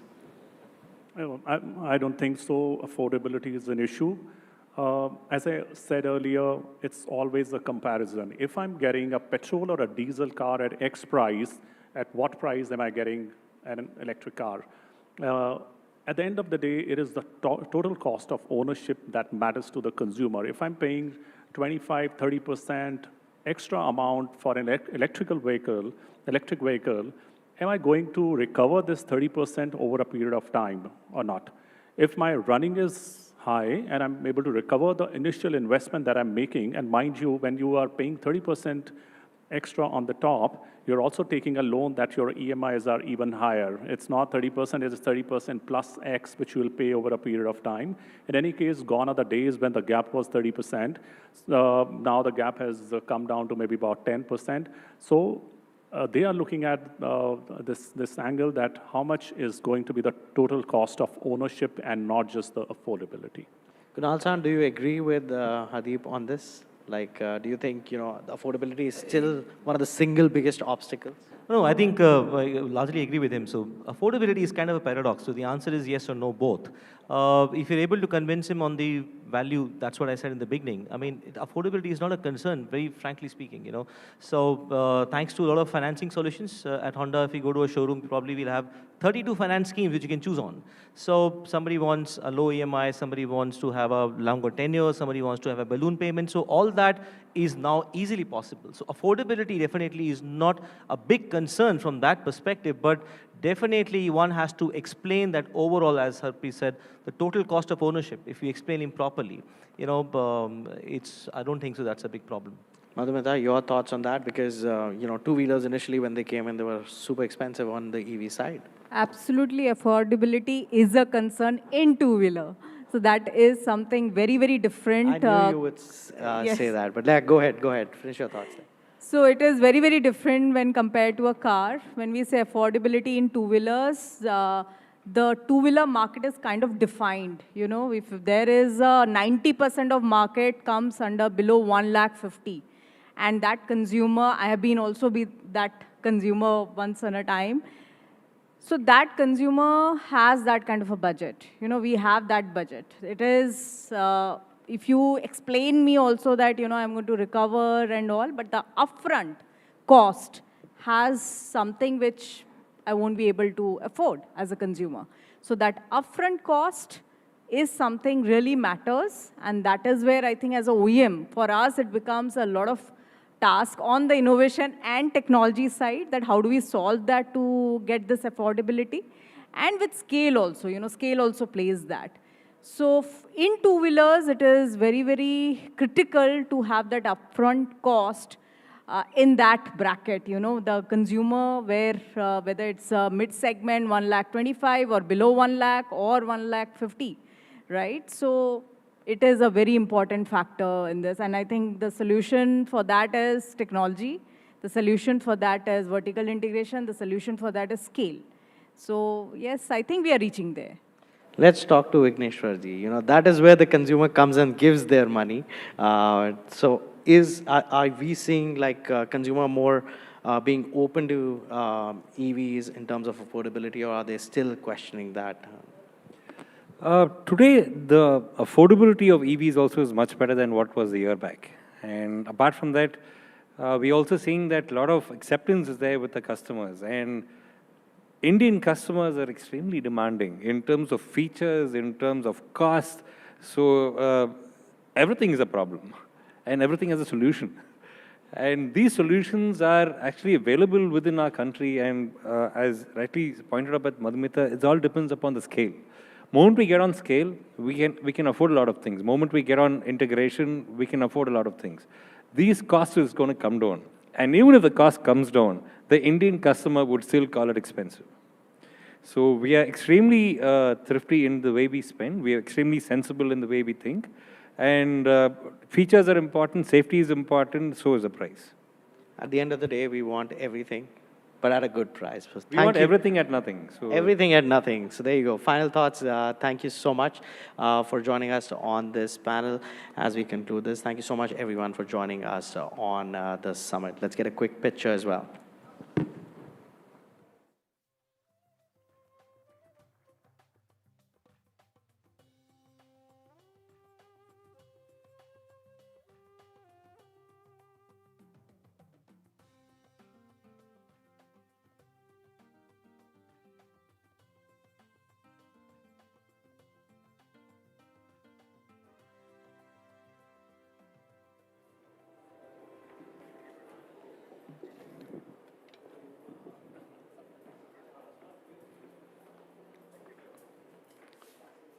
All right, our discussions so far have covered fuels, infrastructure, logistics, consumer behavior, and the economics of transition. And running through all of these conversations has been one recurring theme, which is policy. You see, from expanding the world's second largest road network to championing ethanol blending, flex fuel vehicles, green highways, biofuels, and hydrogen, Shri Nitin Gadkari has consistently argued that cleaner mobility and economic growth must advance together. In fact, some of his ideas have attracted widespread support. Others have sparked vigorous debate. But few would disagree that he has shaped India's transport conversation more than anyone else has over the past decade. Under his leadership, you must note, India's highway network has expanded at unprecedented scale, while conversations around alternative fuels have increasingly moved into mainstream policy making. In fact, Shri Nitin Gadkari has a special message for us at the NDTV AutoMate conclave. Let's listen in.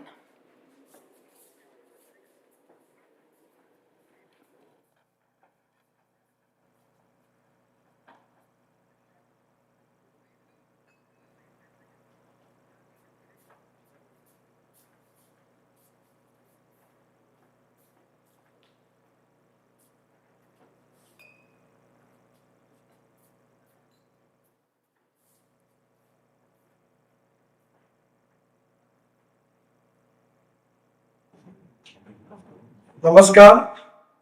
सबसे पहले मैं क्षमा मांगता हूँ कि मेरे department का जो बिल आने वाले पार्लियामेंट सेशन में आने वाला है, उसमें ग्रुप ऑफ मिनिस्टर्स के पास उसकी चर्चा की मीटिंग होने के कारण मैं इस समय नहीं आ पा रहा हूँ, इसलिए आप सबकी क्षमा मांगता हूँ। हमारे देश की भविष्य में आत्मनिर्भर भारत बनाने में एनर्जी सेक्टर की बहुत बड़ी महत्वपूर्ण भूमिका है। 22 लाख करोड़ रुपए हमारे इंपोर्ट में खर्चा होते हैं। हमारे देश में import substitute, cost effective, pollution free और इंडिजिनियस, यही हमारी भूमिका है।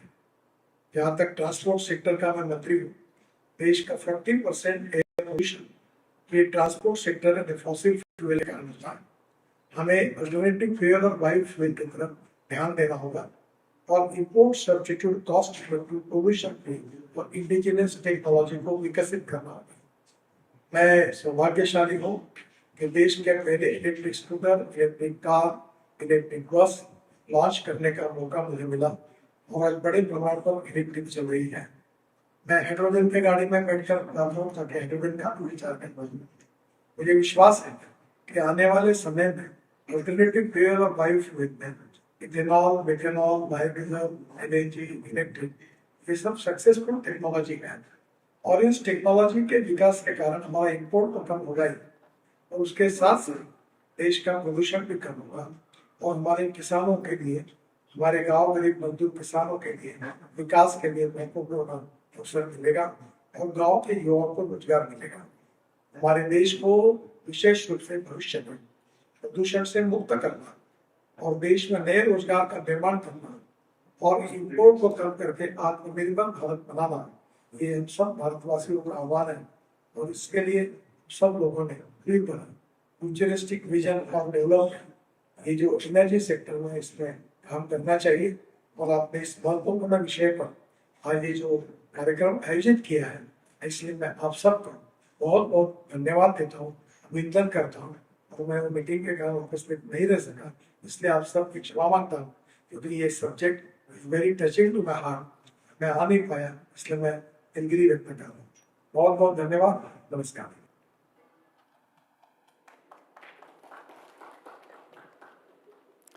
Well, ladies and gentlemen, as today's discussions have demonstrated, India's mobility transition isn't about choosing one technology over another. It's about building an ecosystem where innovation, infrastructure, policy, and consumer confidence reinforce one another. The road to 2030 will not be shaped by a single breakthrough. It will be shaped by thousands of decisions made by policymakers, entrepreneurs, engineers, manufacturers, and consumers alike. On behalf of everyone at NDTV, thank you to our distinguished speakers, our partners, all of you for making this summit such an engaging exchange of ideas. We truly hope that the conversations begun here continue in boardrooms, they continue in laboratories, in ministries, and manufacturing plants across the country. Thank you so much for joining us. The Fuel and Future Summit is co-powered by KEI Wires and Cables, Green Energy Partner, TrueAlt Bioenergy, Impact Partner, Adani Ports and Special Economic Zone Limited, Associate Partner, Levanto Green, and State Partner, Government of Uttarakhand.